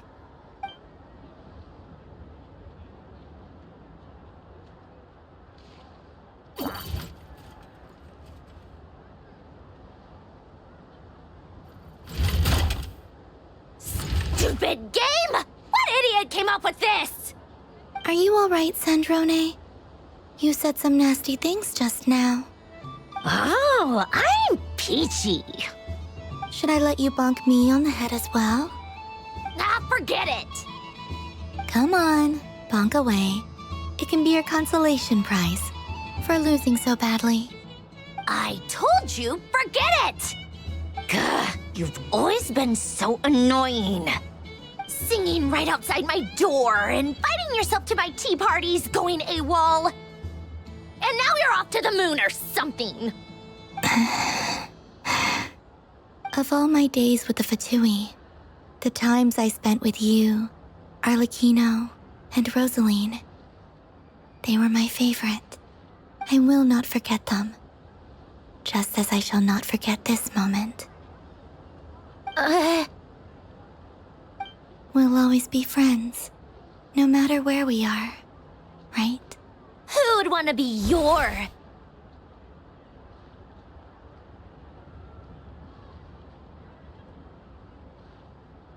I'll miss you, Sandrone.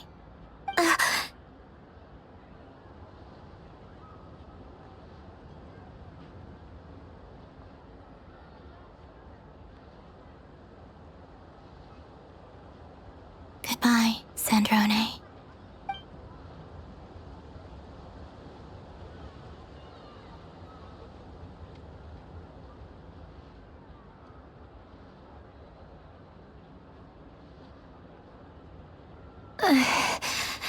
I'll miss you too, Columbina. Sorry, what was that? Ah! Ah! Yeesh! No need to freak out. What's wrong? We've been looking everywhere for you.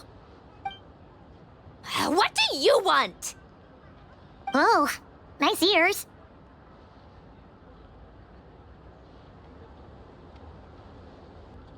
What do you want? This. Huh? It's your turn to draw something. You're one of her friends too, aren't you?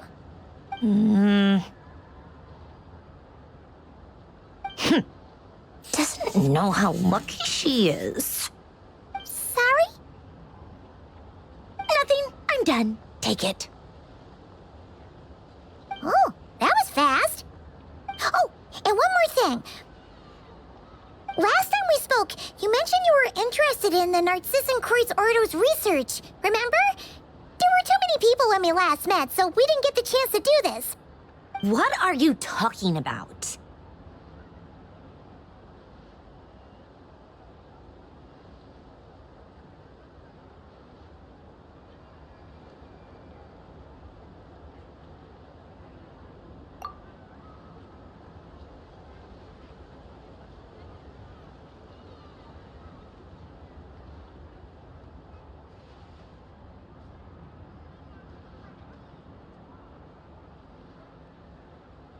This is...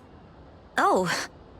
Alan, Renee, and Marianne. Huh. The Holy Blade. A savior's plaything. It's not about whether I approve or not. These people, they would sacrifice themselves for the sake of the world. Especially Alain Guillotin and Renee. That is something I would never choose to do. Still, I didn't know they had any pictures left from that time. If I'd have thought to bring a camera, I'd have... What? Yeah, of you being bitten by the frostfin whale and Columbina bonking you on the head. Tear it up! Now!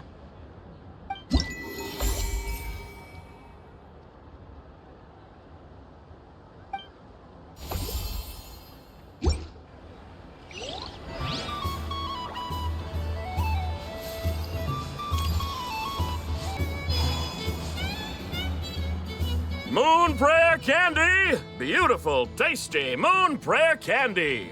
Buy a whole box, share it with your friends and family! Candy? To share? I wonder what flavors everyone would like. Welcome home, Moon Goddess. Fancy a box of moon prayer candy? Sure. I knew you would. Now, what flavor would you like? I'm not sure. What flavors do you have? Is this for yourself or as a gift? A gift for my friends. Ah, I see. In that case, I'd recommend apple, lockaberry, or midsummerberry. Those are the most popular. Do you have nocturnal blossom flavor? Huh. I've seen couples give those as gifts before, but I did not know they were edible. No? Okay then. Moonfall silver? You did say this was for friends, right?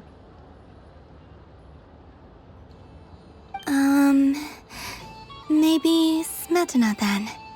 Hey, now that's a creative idea! I've never tried it before, but if you're happy to wait, I can see about whipping up a batch on the spot. While we're at it, you got any other ideas?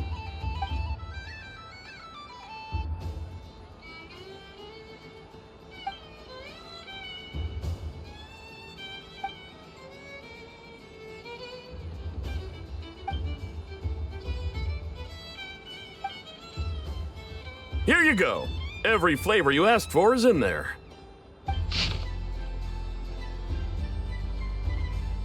Thank you.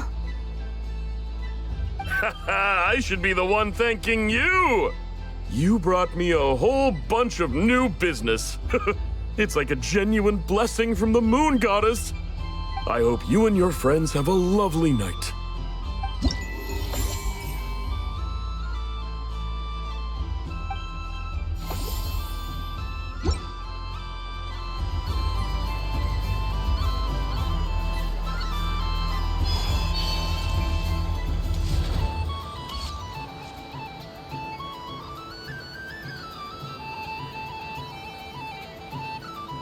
Doesn't make any sense. How am I losing every single time?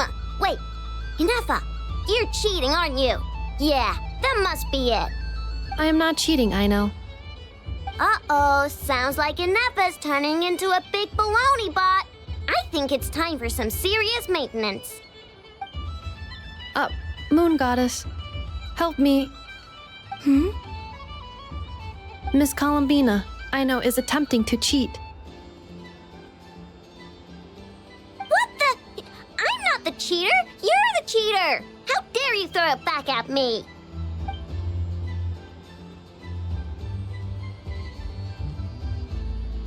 All right, fine. Let's all laugh at Aino.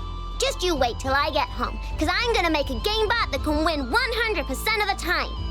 Let's see you laugh when I come back and beat your butts. You'll all have your heads covered in stickers when I'm through with you. We came to check everything was okay after all that yelling, but,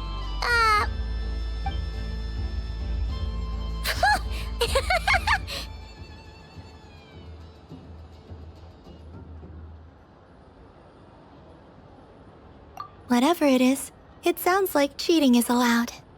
Kuhenki concentration. Each player starts with differently colored kuhenki. Each round, they draw one kuhenki from their opponent. When a player has two kuhenki of the same color, they make a pair and can be discarded. Any that can't form a pair must be kept.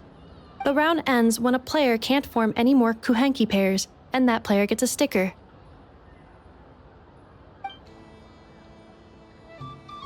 ooh, can 4 people play as well? That is fine, so long as the turn order is fixed beforehand. Alrighty then. In that case, the 2 of us will join as one team. Okay, but if you lose, you're both getting stickered. I don't want to hear any excuses. Sure. And if we win? If you win, only one of you gets to sticker someone else. I have taken to calling this. I know logic. Hey, lay off me, all right? Okay, So, we're starting the game from scratch again, which means all my stickers so far don't count. Looks like Luanatar is the Kuhenki of honor for this game. Anyway, let's go clockwise, starting from Inafa.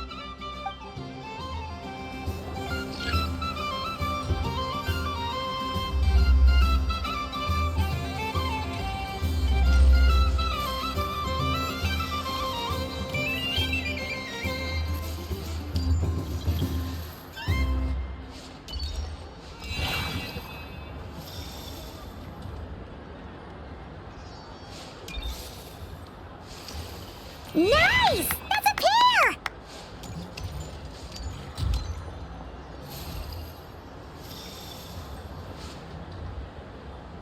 Go, go, fly!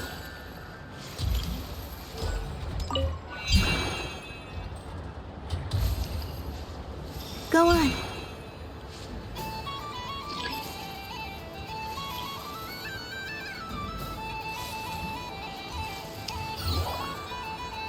I have a pair.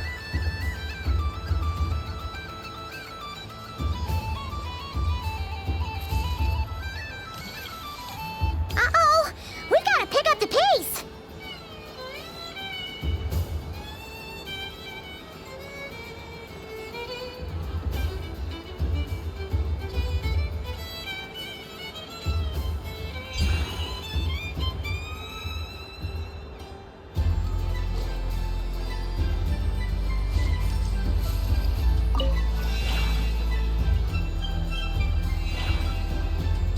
I win.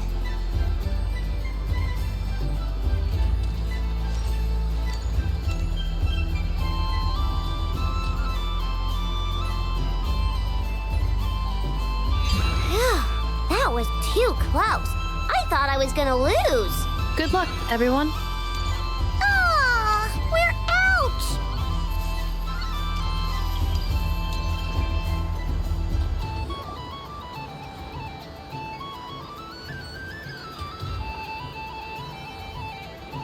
Let me pick a good one.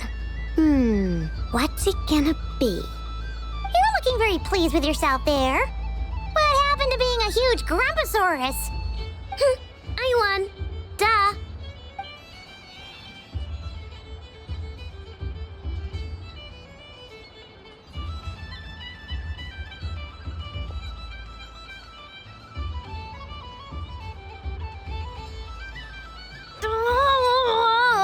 Me again? Don't fidget too much, Aino, or the sticker's going to fall off. I don't care. If it falls off, it falls off. If a pair of Kuhenki get discarded, why not a pair of stickers? Huh? Huh?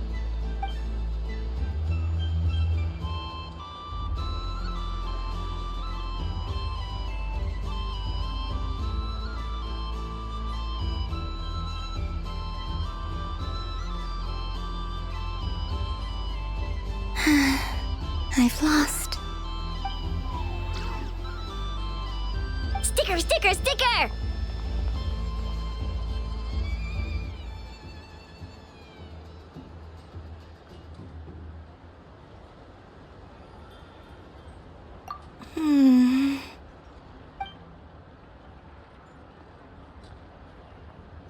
Cute!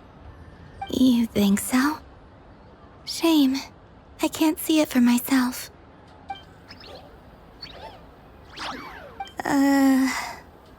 What did Luanatar say? She said it looks so cute that she wants me to lose a few more rounds.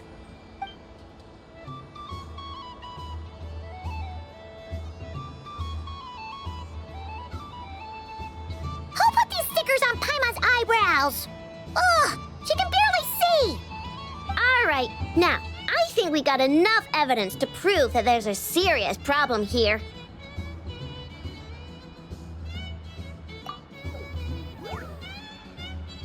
Yes, I agree as well. The culprit is... Inafa! Culprit? What did I do? Quit acting dumb, Inafa! You're not wriggling your way out of this one. I've been watching you. Not only did you remember whose side Luanatar started at, but every time someone drew a Kuhenki, You were logging it and calculating every last possibility. Which Kuhenki pairs were gone, who had what color Kuhenki in their hand, even our facial expressions. You were keeping track of it the entire time. Exactly! Why I no said! Putting aside the fact that running calculations is not against the game rules, do you have any evidence to support your allegations? But that's not against the rules either. So she admits it. She certainly does. All right, everyone grab a sticker. It's time to get Nefa back. But... Take that!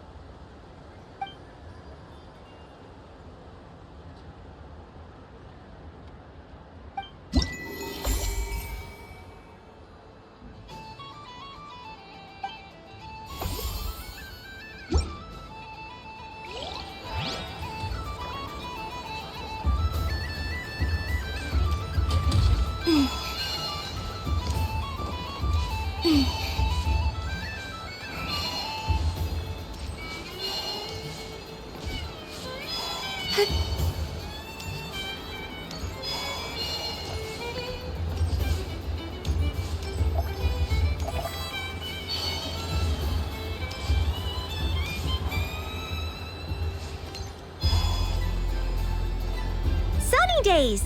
I prefer sunny days. Ah, well, you are as warm as the sun itself, Moon Goddess. Very well. I believe your spirit animal has to be this most adorable chic badger. Wow! Thank you, Mr. Talking Magic Lamp. Have a very happy festival, Moon Goddess. Lance? That's you, isn't it? Shh. It's our little secret, my dear traveler in Paimon. Okay, sure, but why are you here selling sugar sculptures? Everyone celebrates in their own way. After gazing into the abyss and spending time around gravestones all year, what better way to relax than to see sunny smiles on the faces of the living? Besides that, I like to think of myself as a fair judge of character. I dare say matching personalities to confection suits me rather well. That's not what Paimon was talking about. Aren't you afraid that your true identity might be exposed? Should I be? There is all manner of magic in the air this moon prayer night, thanks to the work of the great mages. I see Miss Columbina is hiding in plain sight. Why should I not do the same? Why miss this rare opportunity to enjoy a special evening in my true form? Fair enough. You got a point there. People who don't know you will probably think you're just a talking lantern. Well, now that we see eye to eye, what brings you here? Not a search for your spirit animal, I presume? Ah, well, actually... Here, see for yourself. Oh, this is... How wonderful. A beautiful idea. Yeah, we just met Barca, and he said that having everyone draw their own section was kind of boring. So, he did your bit for you. Ah, Varka. Ever the maverick. I see his artistic skills are truly one of a kind. In that case, I shall paint something on Mr. Albedo's behalf in a short while. What? Why not now? Ahem. Welcome home, Moon Goddess. Whew, that was close. Hello, Flins. She recognized you right away! What keen eyes you have, Miss Columbina. Especially considering they are shut.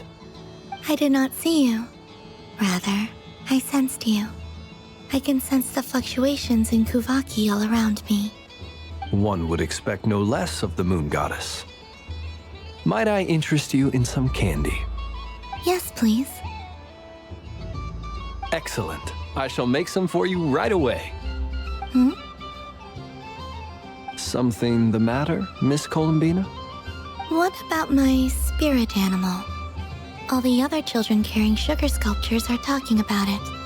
Wait, is she taking the test seriously? Ah, my apologies. How could I neglect that? You are quite right, Miss Columbina. Every one of us has a magical creature living in their heart. Would you permit me to help you find yours? Yes, please. Do you prefer the day or the night? Night. Which of the 4 seasons is your favorite? Winter. Think of a perfect day. What is the weather like? Sunny, rainy, or perhaps cloudy? Rainy in the morning, sunny at night. What kind of answer is that? Forests, lakes, and open seas. Which do you prefer of these? I like them all. Imagine you opened your very own shop. What would you sell there? Moonlight, I think. Wow! Paimon would totally shop there.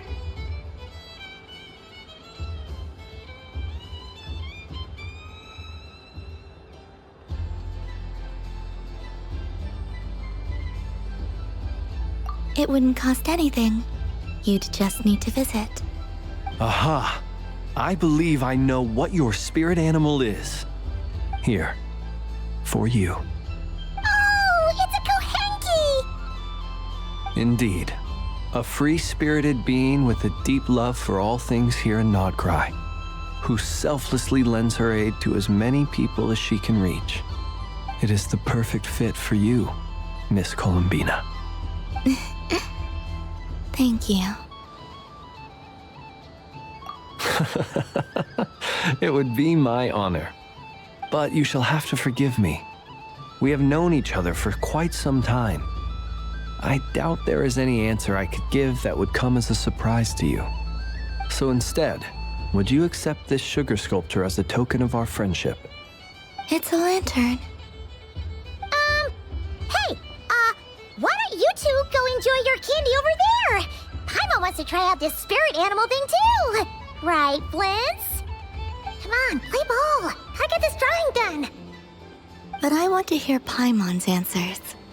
But it'll probably take ages. Paimon's a complex soul. And we don't want your candy to melt while you wait, huh? Oh. Okay then.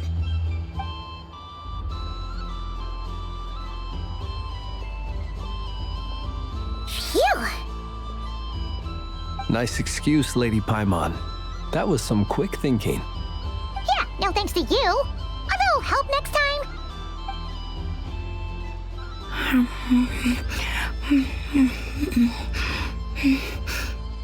It's sweet.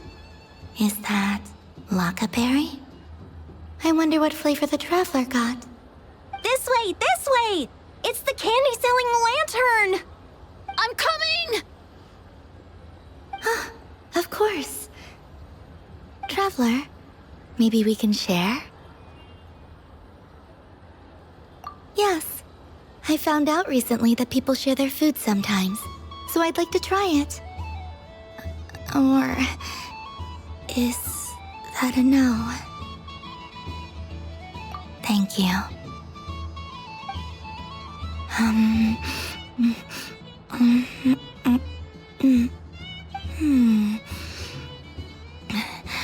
Yours is a little more sour than mine. Here, you try it. Are you sure? Amazing. My sugar sculpture has shrunk, yet my heart is filled with feelings of sweetness. I will remember this feeling.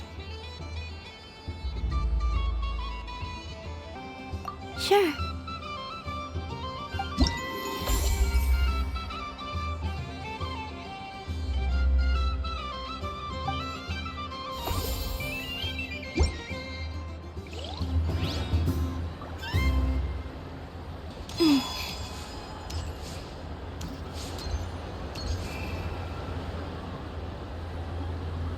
Wow, the Frost Moon Scion's stall looks kind of plain.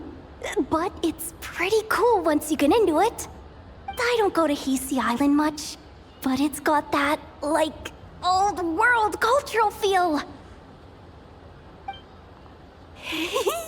And if culture means we get more festivals, I'm all for it! Hello, Yehoda. Columbine... hello, Moon Goddess? That was too close. I almost gave the game away in front of the staff. Oh, wait. What's the deal with her shoes?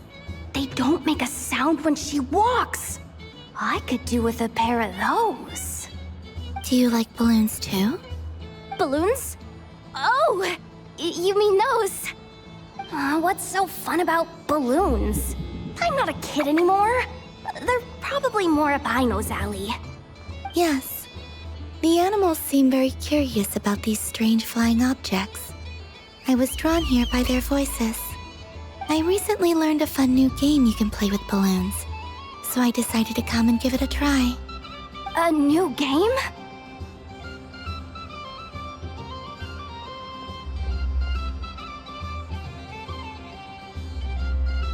Hello. Welcome home, Moon Goddess. Here to buy some balloons? Yes. Could you give me a few that haven't been inflated yet? Are you sure? I guess it's not a problem, but... Yes, please. Thank you. Uninflated balloons? But those are just little rubber pouches. What does she want with those? Would you like to play the balloon game, Yehoda? Huh? Sure. I guess. How do you play it? Wait here a moment.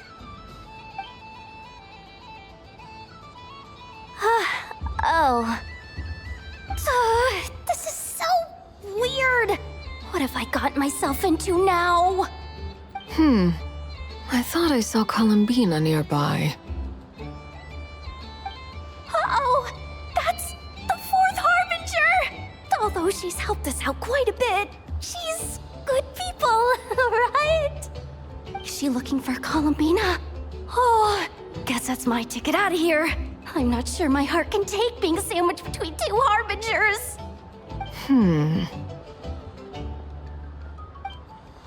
Which stall is she checking out? Oh, it's that other Frost Moon Scion's one. Try on the headgear, see what it's like having antlers or animal ears for a day. I wouldn't be caught dead wearing that stuff. So embarrassing.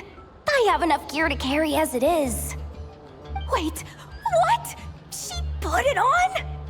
How peculiar. This would take some getting used to. I wonder if this is what it's like for Lynette. It really suits you, ma'am. What is this? She was so intimidating a moment ago, but now, dang, she's really rocking those ears. How does she make them look so cool? I suppose I may as well keep them on for now. All part of the festive experience. She's coming this way. How do you do, Miss Yehoda? Oh, jeez. Don't talk to me while wearing that thing. Where am I supposed to look? Oh, hey there. I'm looking for Columbina. Have you seen her? She just... Huh?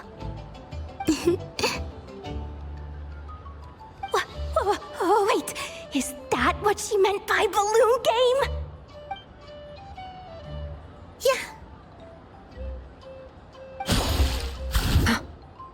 Huh? No fair! How come I get caught in the crossfire? An ambush from the rear? Is this a declaration of war, Columbina? Would you like to play too, Arlecchino? Seriously? Are they gonna start some beef right here, right now? Gladly. That said, I believe there is another who would like to join. Boss Nev! Thank goodness! You've gotta get me out of here! things are kicking off big time! Hello there. I'd like 10... no, make that 20 balloons, please. Uninflated. What? Miss Moon Goddess, I hope you're prepared to pay the price for assaulting my employee. Welcome to the game, Nefer. Just to be clear, let's keep this a fair fight, okay? No strange powers, please and thank you. Naturally. Don't just stand there, Yehoda. Aren't you going to team up with me? Huh? Do I have to? Of course. Don't forget, the Curatorium has a reputation to uphold. I knew something like this was gonna happen.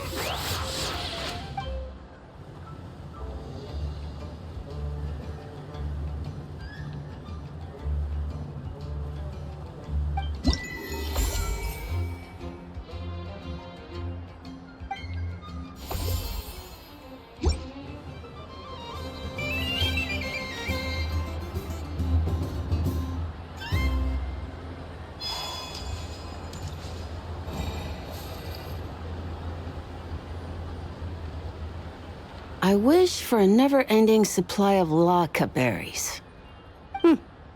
What a humble wish. Probably written by a child.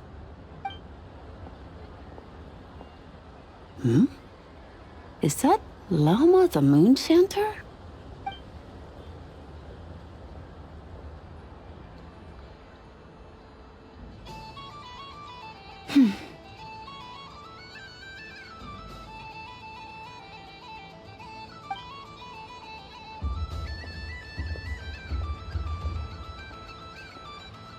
I wish that the long plume ibises would stop biting me. Oh dear, poor Llama. All right, I'll write that one down for you. I got it. While everyone else is celebrating Moon Prayer Night, you're as busy as ever. I don't mind. It's rewarding work. A good kind of busy. My antlers are at their heaviest tonight, and the Kuvaki waves are especially strong. But as I help these dear friends hang their wishes up, I feel a great peace within myself that is hard to describe. You see, they are all such beautiful wishes, and they are ones that we can fulfill by our own strength. Do you blame me, Llama? I want to hear your honest answer. It is by the help of so many people that I can return to the moon.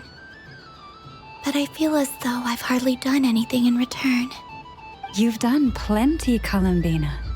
I say this in earnest, both as someone who knows your history, and also as a friend who has seen what you've been through. What about as a moon chanter? I feel proud to honor our moon goddess's wish. And I'm sure any moon chanter in history would have felt the same way. Thank you for your kind words, Llama. But...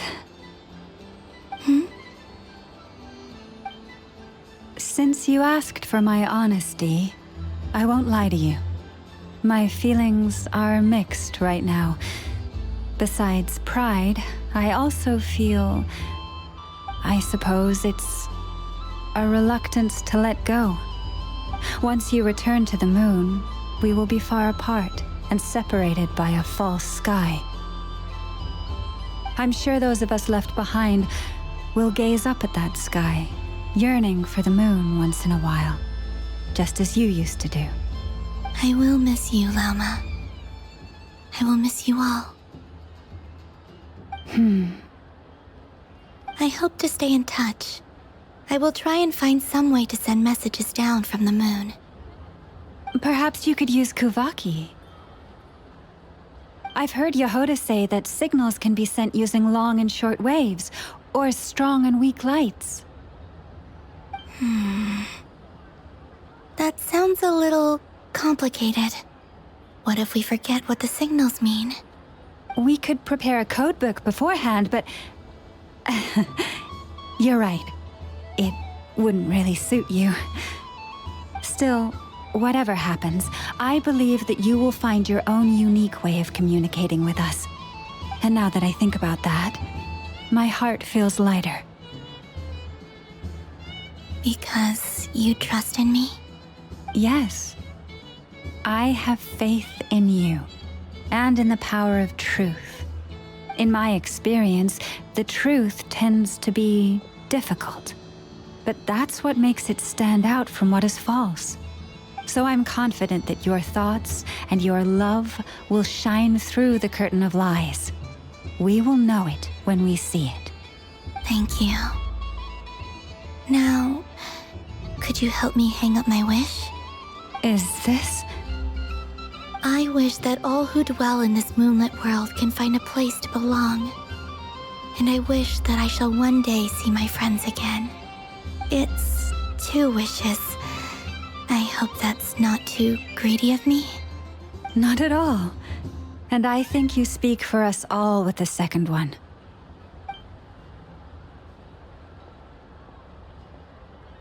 I shall continue to pray until the day that all of these wishes come true.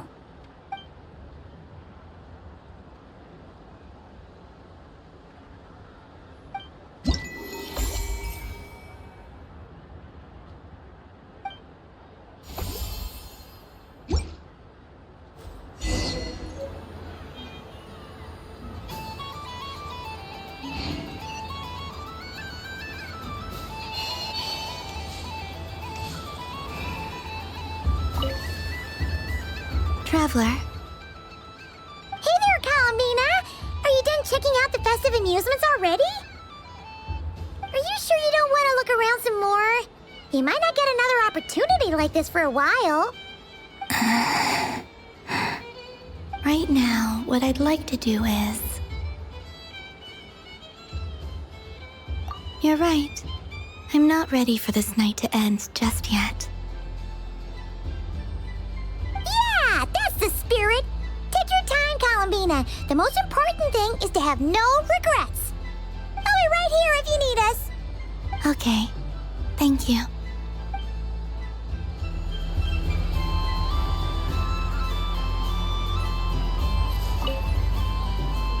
Traveler. Paimon. Columbina! Finished with the festival already?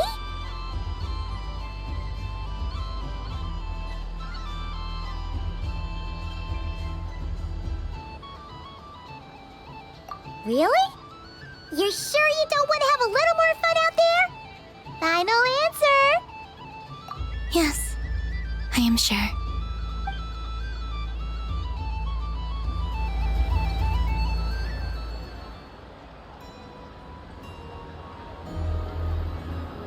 This was the most fun I've ever had on a moon prayer night. Everywhere I went, people were saying, "Welcome home," and there were friends at every turn. I only wish it could last longer than one night. Oh. Yes, you're right. The moon prayer blossoms. Ooh, look! Look! Moon prayer night has come.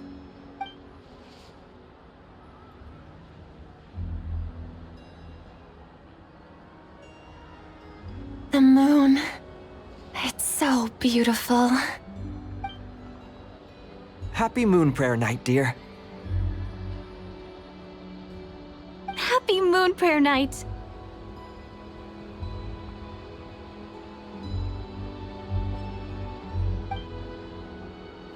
Happy moon prayer night.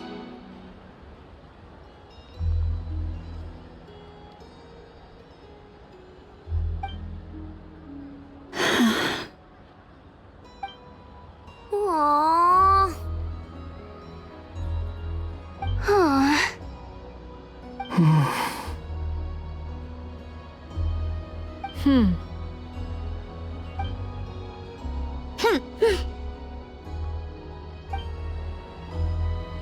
Time flies when you're having fun.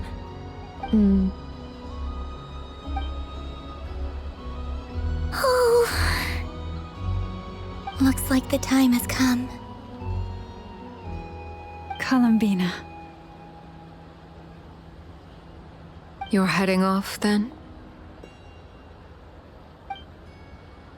Yes, to the ruins you mentioned. And from there, back home to the moon. Wait! I know?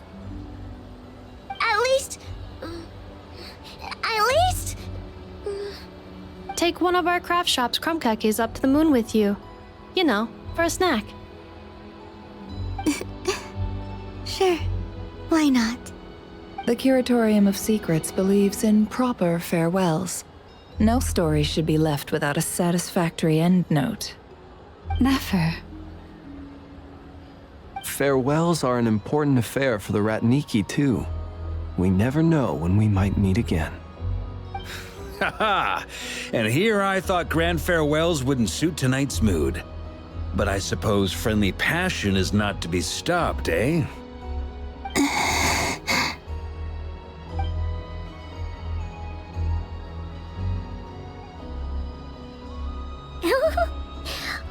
made a little something for you, Columbina. Ta-da! What is it? A Moon Prayer Night greeting card with drawings by all of your friends.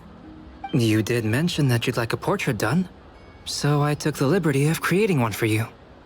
I, meanwhile, did the portrait of Mr. Albedo, and Mr. Varka did the same for me.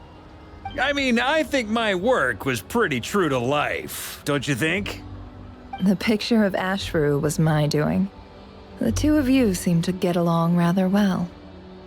Wait, was I the only one who did a full body picture?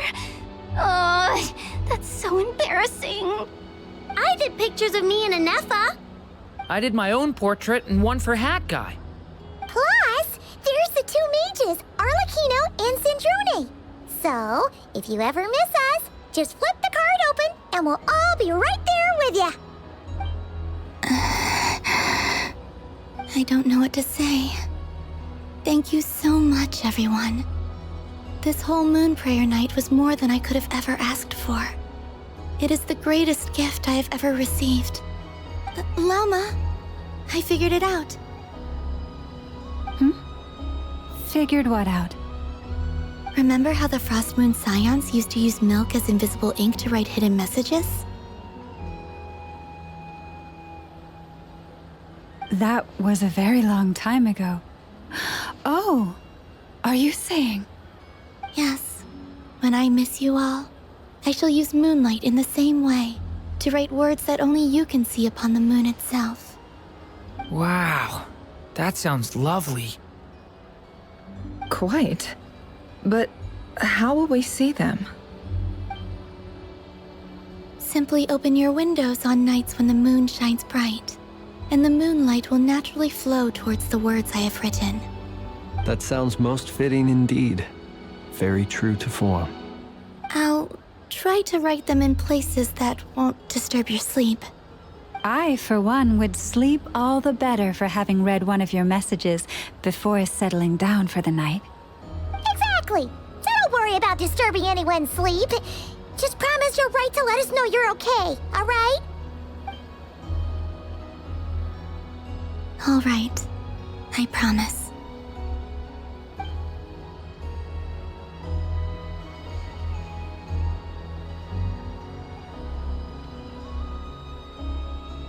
In that case, Columbina. I'm ready. Very well. Let's go.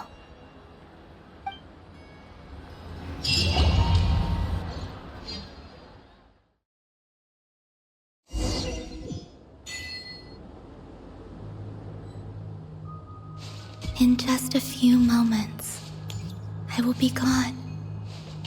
I still don't know what to expect on the moon. Will I really be able to send messages to my friends? The Kuhenki, the animals of Nod Cry. I'll never get to see them again. I wonder where I'll be when the next Moon Prayer Night.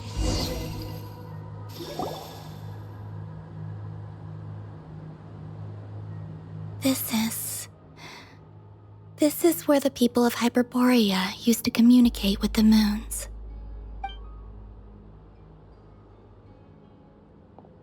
Eternal moon, frost moon, iridescent moon. When the power of all three converge, the gate to the moons shall open. Moon marrow preparations are complete. Only the final step remains. I'm sure Nasha Town is livelier than ever at this moment. Yeah, it's a shame you couldn't be there for it, but it's now or never, right? It's fine. I'm more than happy with this. My last piece of luggage. My only piece of luggage.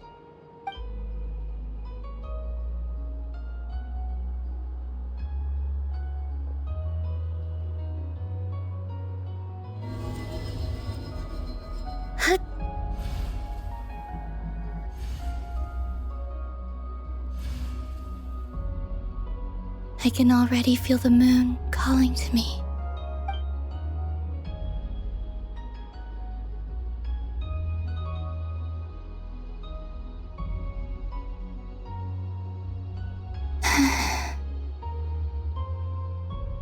Your home lies on the far side of this light, Columbina.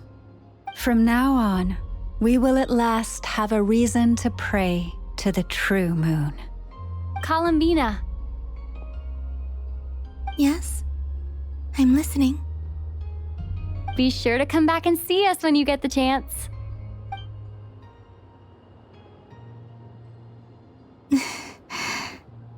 Of course. But if that chance doesn't come, then remember that you have friends on this planet. People who will miss Columbina. Yes, I will. Thank you for everything you've done for me. And remember, come night or day, the moonlight shall always connect us. Well then, farewell, my friends.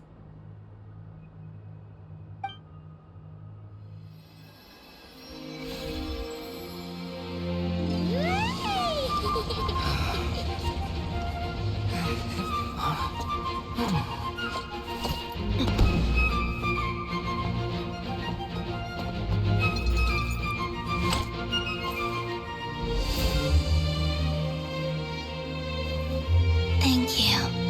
This was my happiest night in Teyvat. Farewell, Columbina.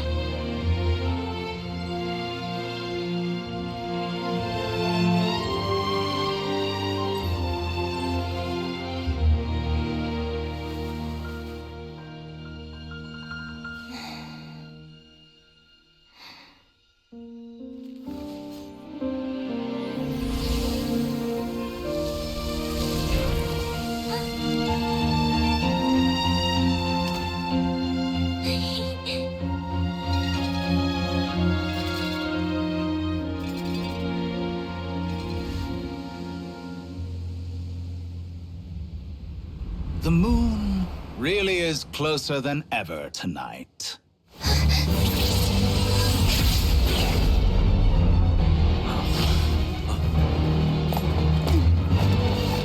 Columbina. All three moons in one place. Time for one final experiment. Reason, life, death, time, and space. They all believed I would fail.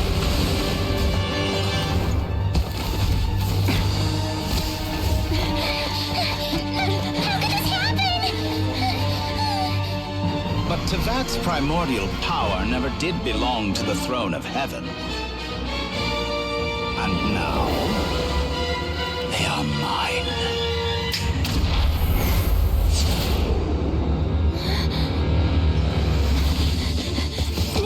No.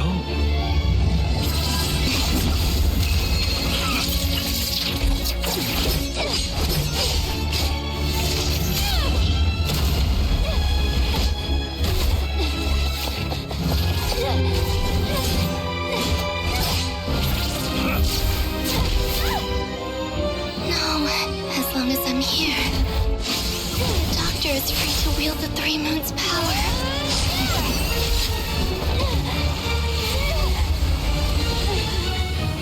It's the only way.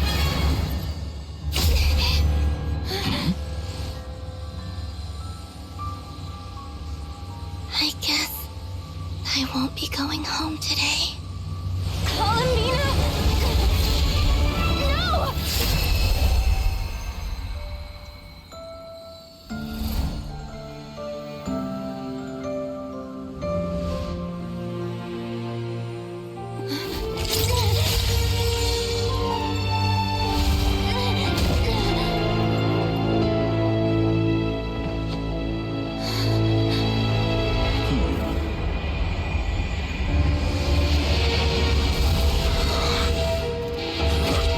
Stubborn world, do not try to control me.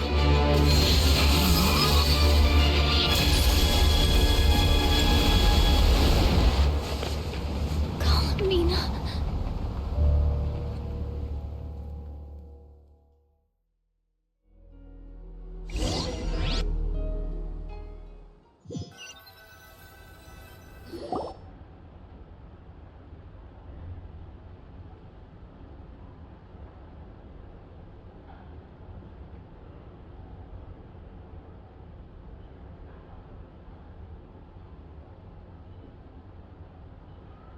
Are you all right? Do your wounds still hurt? I had someone prepare a little medicine that could prove effective. Take it if you need to. In that case, let me relate the contents of the call we made to Alice after the incident occurred. That Dottore is a crafty one. He distracted the Hexenzirkel by creating a huge fuss at Tevat's borders. I'd assumed that the cause was an abyssal intrusion from the outside world, which in fairness is a rather common occurrence. But after learning that you managed to influence the phantoms in Nordcry, I realized that perhaps this interference could have come from within Tevat instead. But we weren't able to change their fates. True, you couldn't change how their stories ended, but you did build some variables around yourself. Variables? Yes, things you heard that you could not otherwise have learned, ideas that would otherwise have never crossed your mind. All these things are variables. Of course, most variables usually pale into insignificance with the myriad of possibilities floating around. But the moment you start treating them as building blocks and intentionally stacking them, that changes things. That's what Dottore did, and it's how he created the necessary conditions so that when you activated the portal tonight, it played right into his plan. However, we have no way of knowing exactly what he did. Yeah, we also need to ascertain Columbina's status. And that about sums it up. As I suspected, Dottore has disappeared completely. If it's any consolation, he wasn't able to control Columbina as he might have wished to. Oh no! What? She did what? All we saw was Dottore appeared and used some kind of power. The next thing we knew, he and Columbina were gone and you were falling into the sea.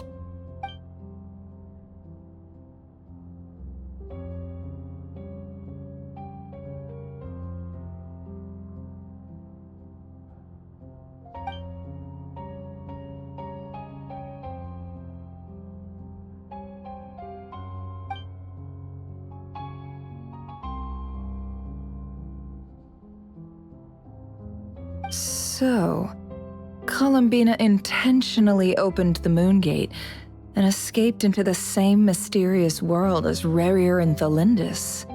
Sounds like bad news.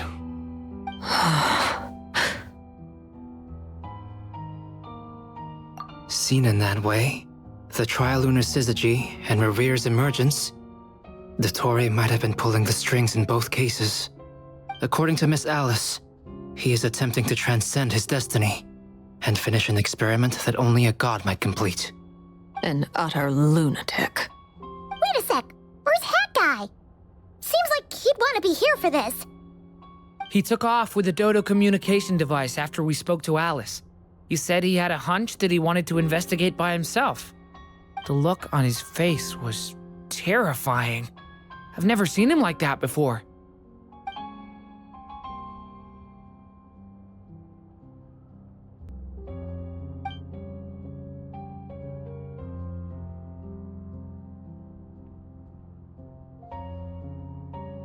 I'm back. Hat Guy! I went to look for the Hyperborean phantoms again. I think I've gotten to the bottom of it. I got them to talk to Nicole on the other end of the communications line. Turns out, the history they describe is different from how Nicole remembers it. Really? But how? Surely Nicole can't have been wrong. Because the phantoms are the ones who are deceived. They speak of a savior who appeared in their history. One who never should have existed. This savior promised to create a new moon within the false sky, and even bring back their moon goddesses. Foolishly, they believed in him, and told him everything he wanted to know about the moons. It's obvious that this was Dottoro's doing. Now you mention it, the first time we entered the Hyperborean ruins, we heard the phantoms discussing their history, and I remember Nicole commenting that something sounded a little strange. But Dottore shouldn't have been able to get in there in the first place. He didn't. Nicole said that this was an anomalous state triggered by disruptions in the causal connections between phantoms from the same era. The variables that Dottore put in place were substantial enough that they even affected phantoms that he never met. So it's not that their memories were unclear. They'd been tampered with. That's exactly the possibility Dottore was trying to manufacture. He turned these variables into knowledge and engineered the situation so all that knowledge would fall into his hands. Then, he harnessed that knowledge on Moon Prayer Night to truly create a false moon. How is that even possible? To be precise, he exploited a weakness in the way the spell works. The spell senses Kuvaki to detect the moon's location. So, as long as the false moon more strongly resembled the moon than the frost moon beyond the skies, the gate would teleport Columbina to the false moon's location. In other words, to Dottore's side. Once he had her under control, the teleportation spell remained active, and he manipulated her power to seize both moon marrows. At that moment, the moon marrows disappeared right before our eyes. It was already too late, even as we were leaving the ruins. By then, Dottore had already amassed the power of all 3 moons. So, where does that leave us? What do we do now? I'd certainly like to know what Her Majesty thinks, now that the concerns I expressed to her have come to pass. But we cannot simply sit and wait for her to decide the matter. And in any case, it is not the Fatui Harbinger Damselette who sees us as her friends, but rather Columbina Hyposelenia. If, even in such extreme circumstances, Her Majesty will not lift the prohibition on Harbingers drawing steel against one another, then I will do as my heart demands. I will fight as Peruware instead. Oh, Arlecchino! Time is short, so I'll make the first move.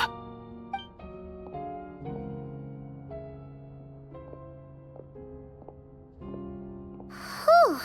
Even Arlecchino seems to be losing her cool now.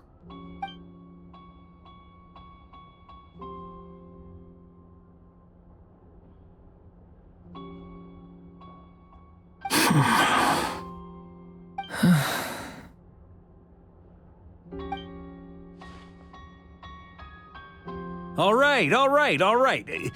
Lose those dejected looks for a moment and let me get a word in. It looks bad, I won't lie. Very bad, in fact. So Dottore's pulled some real dirty tricks to gain the upper hand. For now. And yeah, it's to the point where even the mages say that his variables have affected destiny. I'm not so sure, though. Many have told me that Tevat's destiny is fixed, and that does appear to be the case. Well, what makes Dotori so sure he'll be the exception? And since he was able to stack these variables up, who's to say we can't do the same? You of all people should not be discouraged, traveler from afar. This isn't over yet.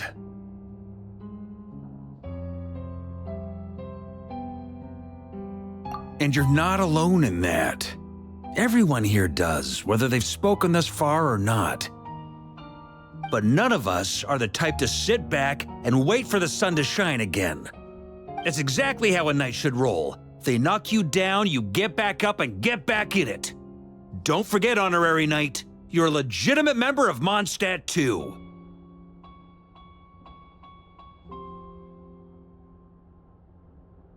Vark is right. This is far from over. Dotori's already way overdue a butt-kicking given his past shenanigans. And after this, he's earned himself a double dose. That's what I'm talking about. How's everyone else feeling? I'll use Kuvaki to investigate Columbina's whereabouts. I am not ready to give up either. Leave the intel gathering to me.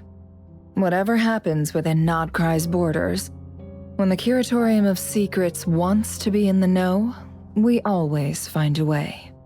Ano and I will do all we can to support you. We will attempt to reverse engineer Dotori's actions and seek a breakthrough that way. Alice and Nicole are busy dealing with an emergency at Tevat's borders, so they can't return just yet. But they're both very angry about this. They've asked Albedo and me to act on the Hexen Circle's behalf and do everything in our power to fight back against Dotori. Are you ready then? We're going to have to conduct a lot of research, even in the early stages. I'll do my best. As for me, I'm pretty familiar with Dotori's way of doing things, so I can try to predict his next move. I'll help with your investigation. Nice! Looks like we have our basic division of labor. I'll get in touch with Flints and Itlua, get them to have a chat with their Starshiner. It couldn't hurt to bring the Lightkeepers on board as well. At the same time, I'll pass on instructions to the Knights present in Nodcry to assist the Lightkeepers and other organizations in ensuring the safety of those living here. Yeah! We'll show him! That's it then. Good luck, everyone.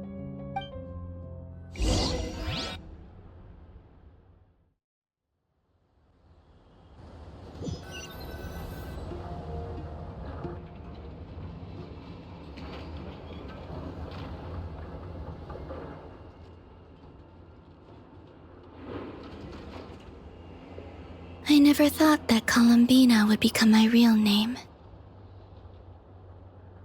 It went from being a Fatui code name to something my friends call me. And remember, come night or day, the moonlight shall always connect us.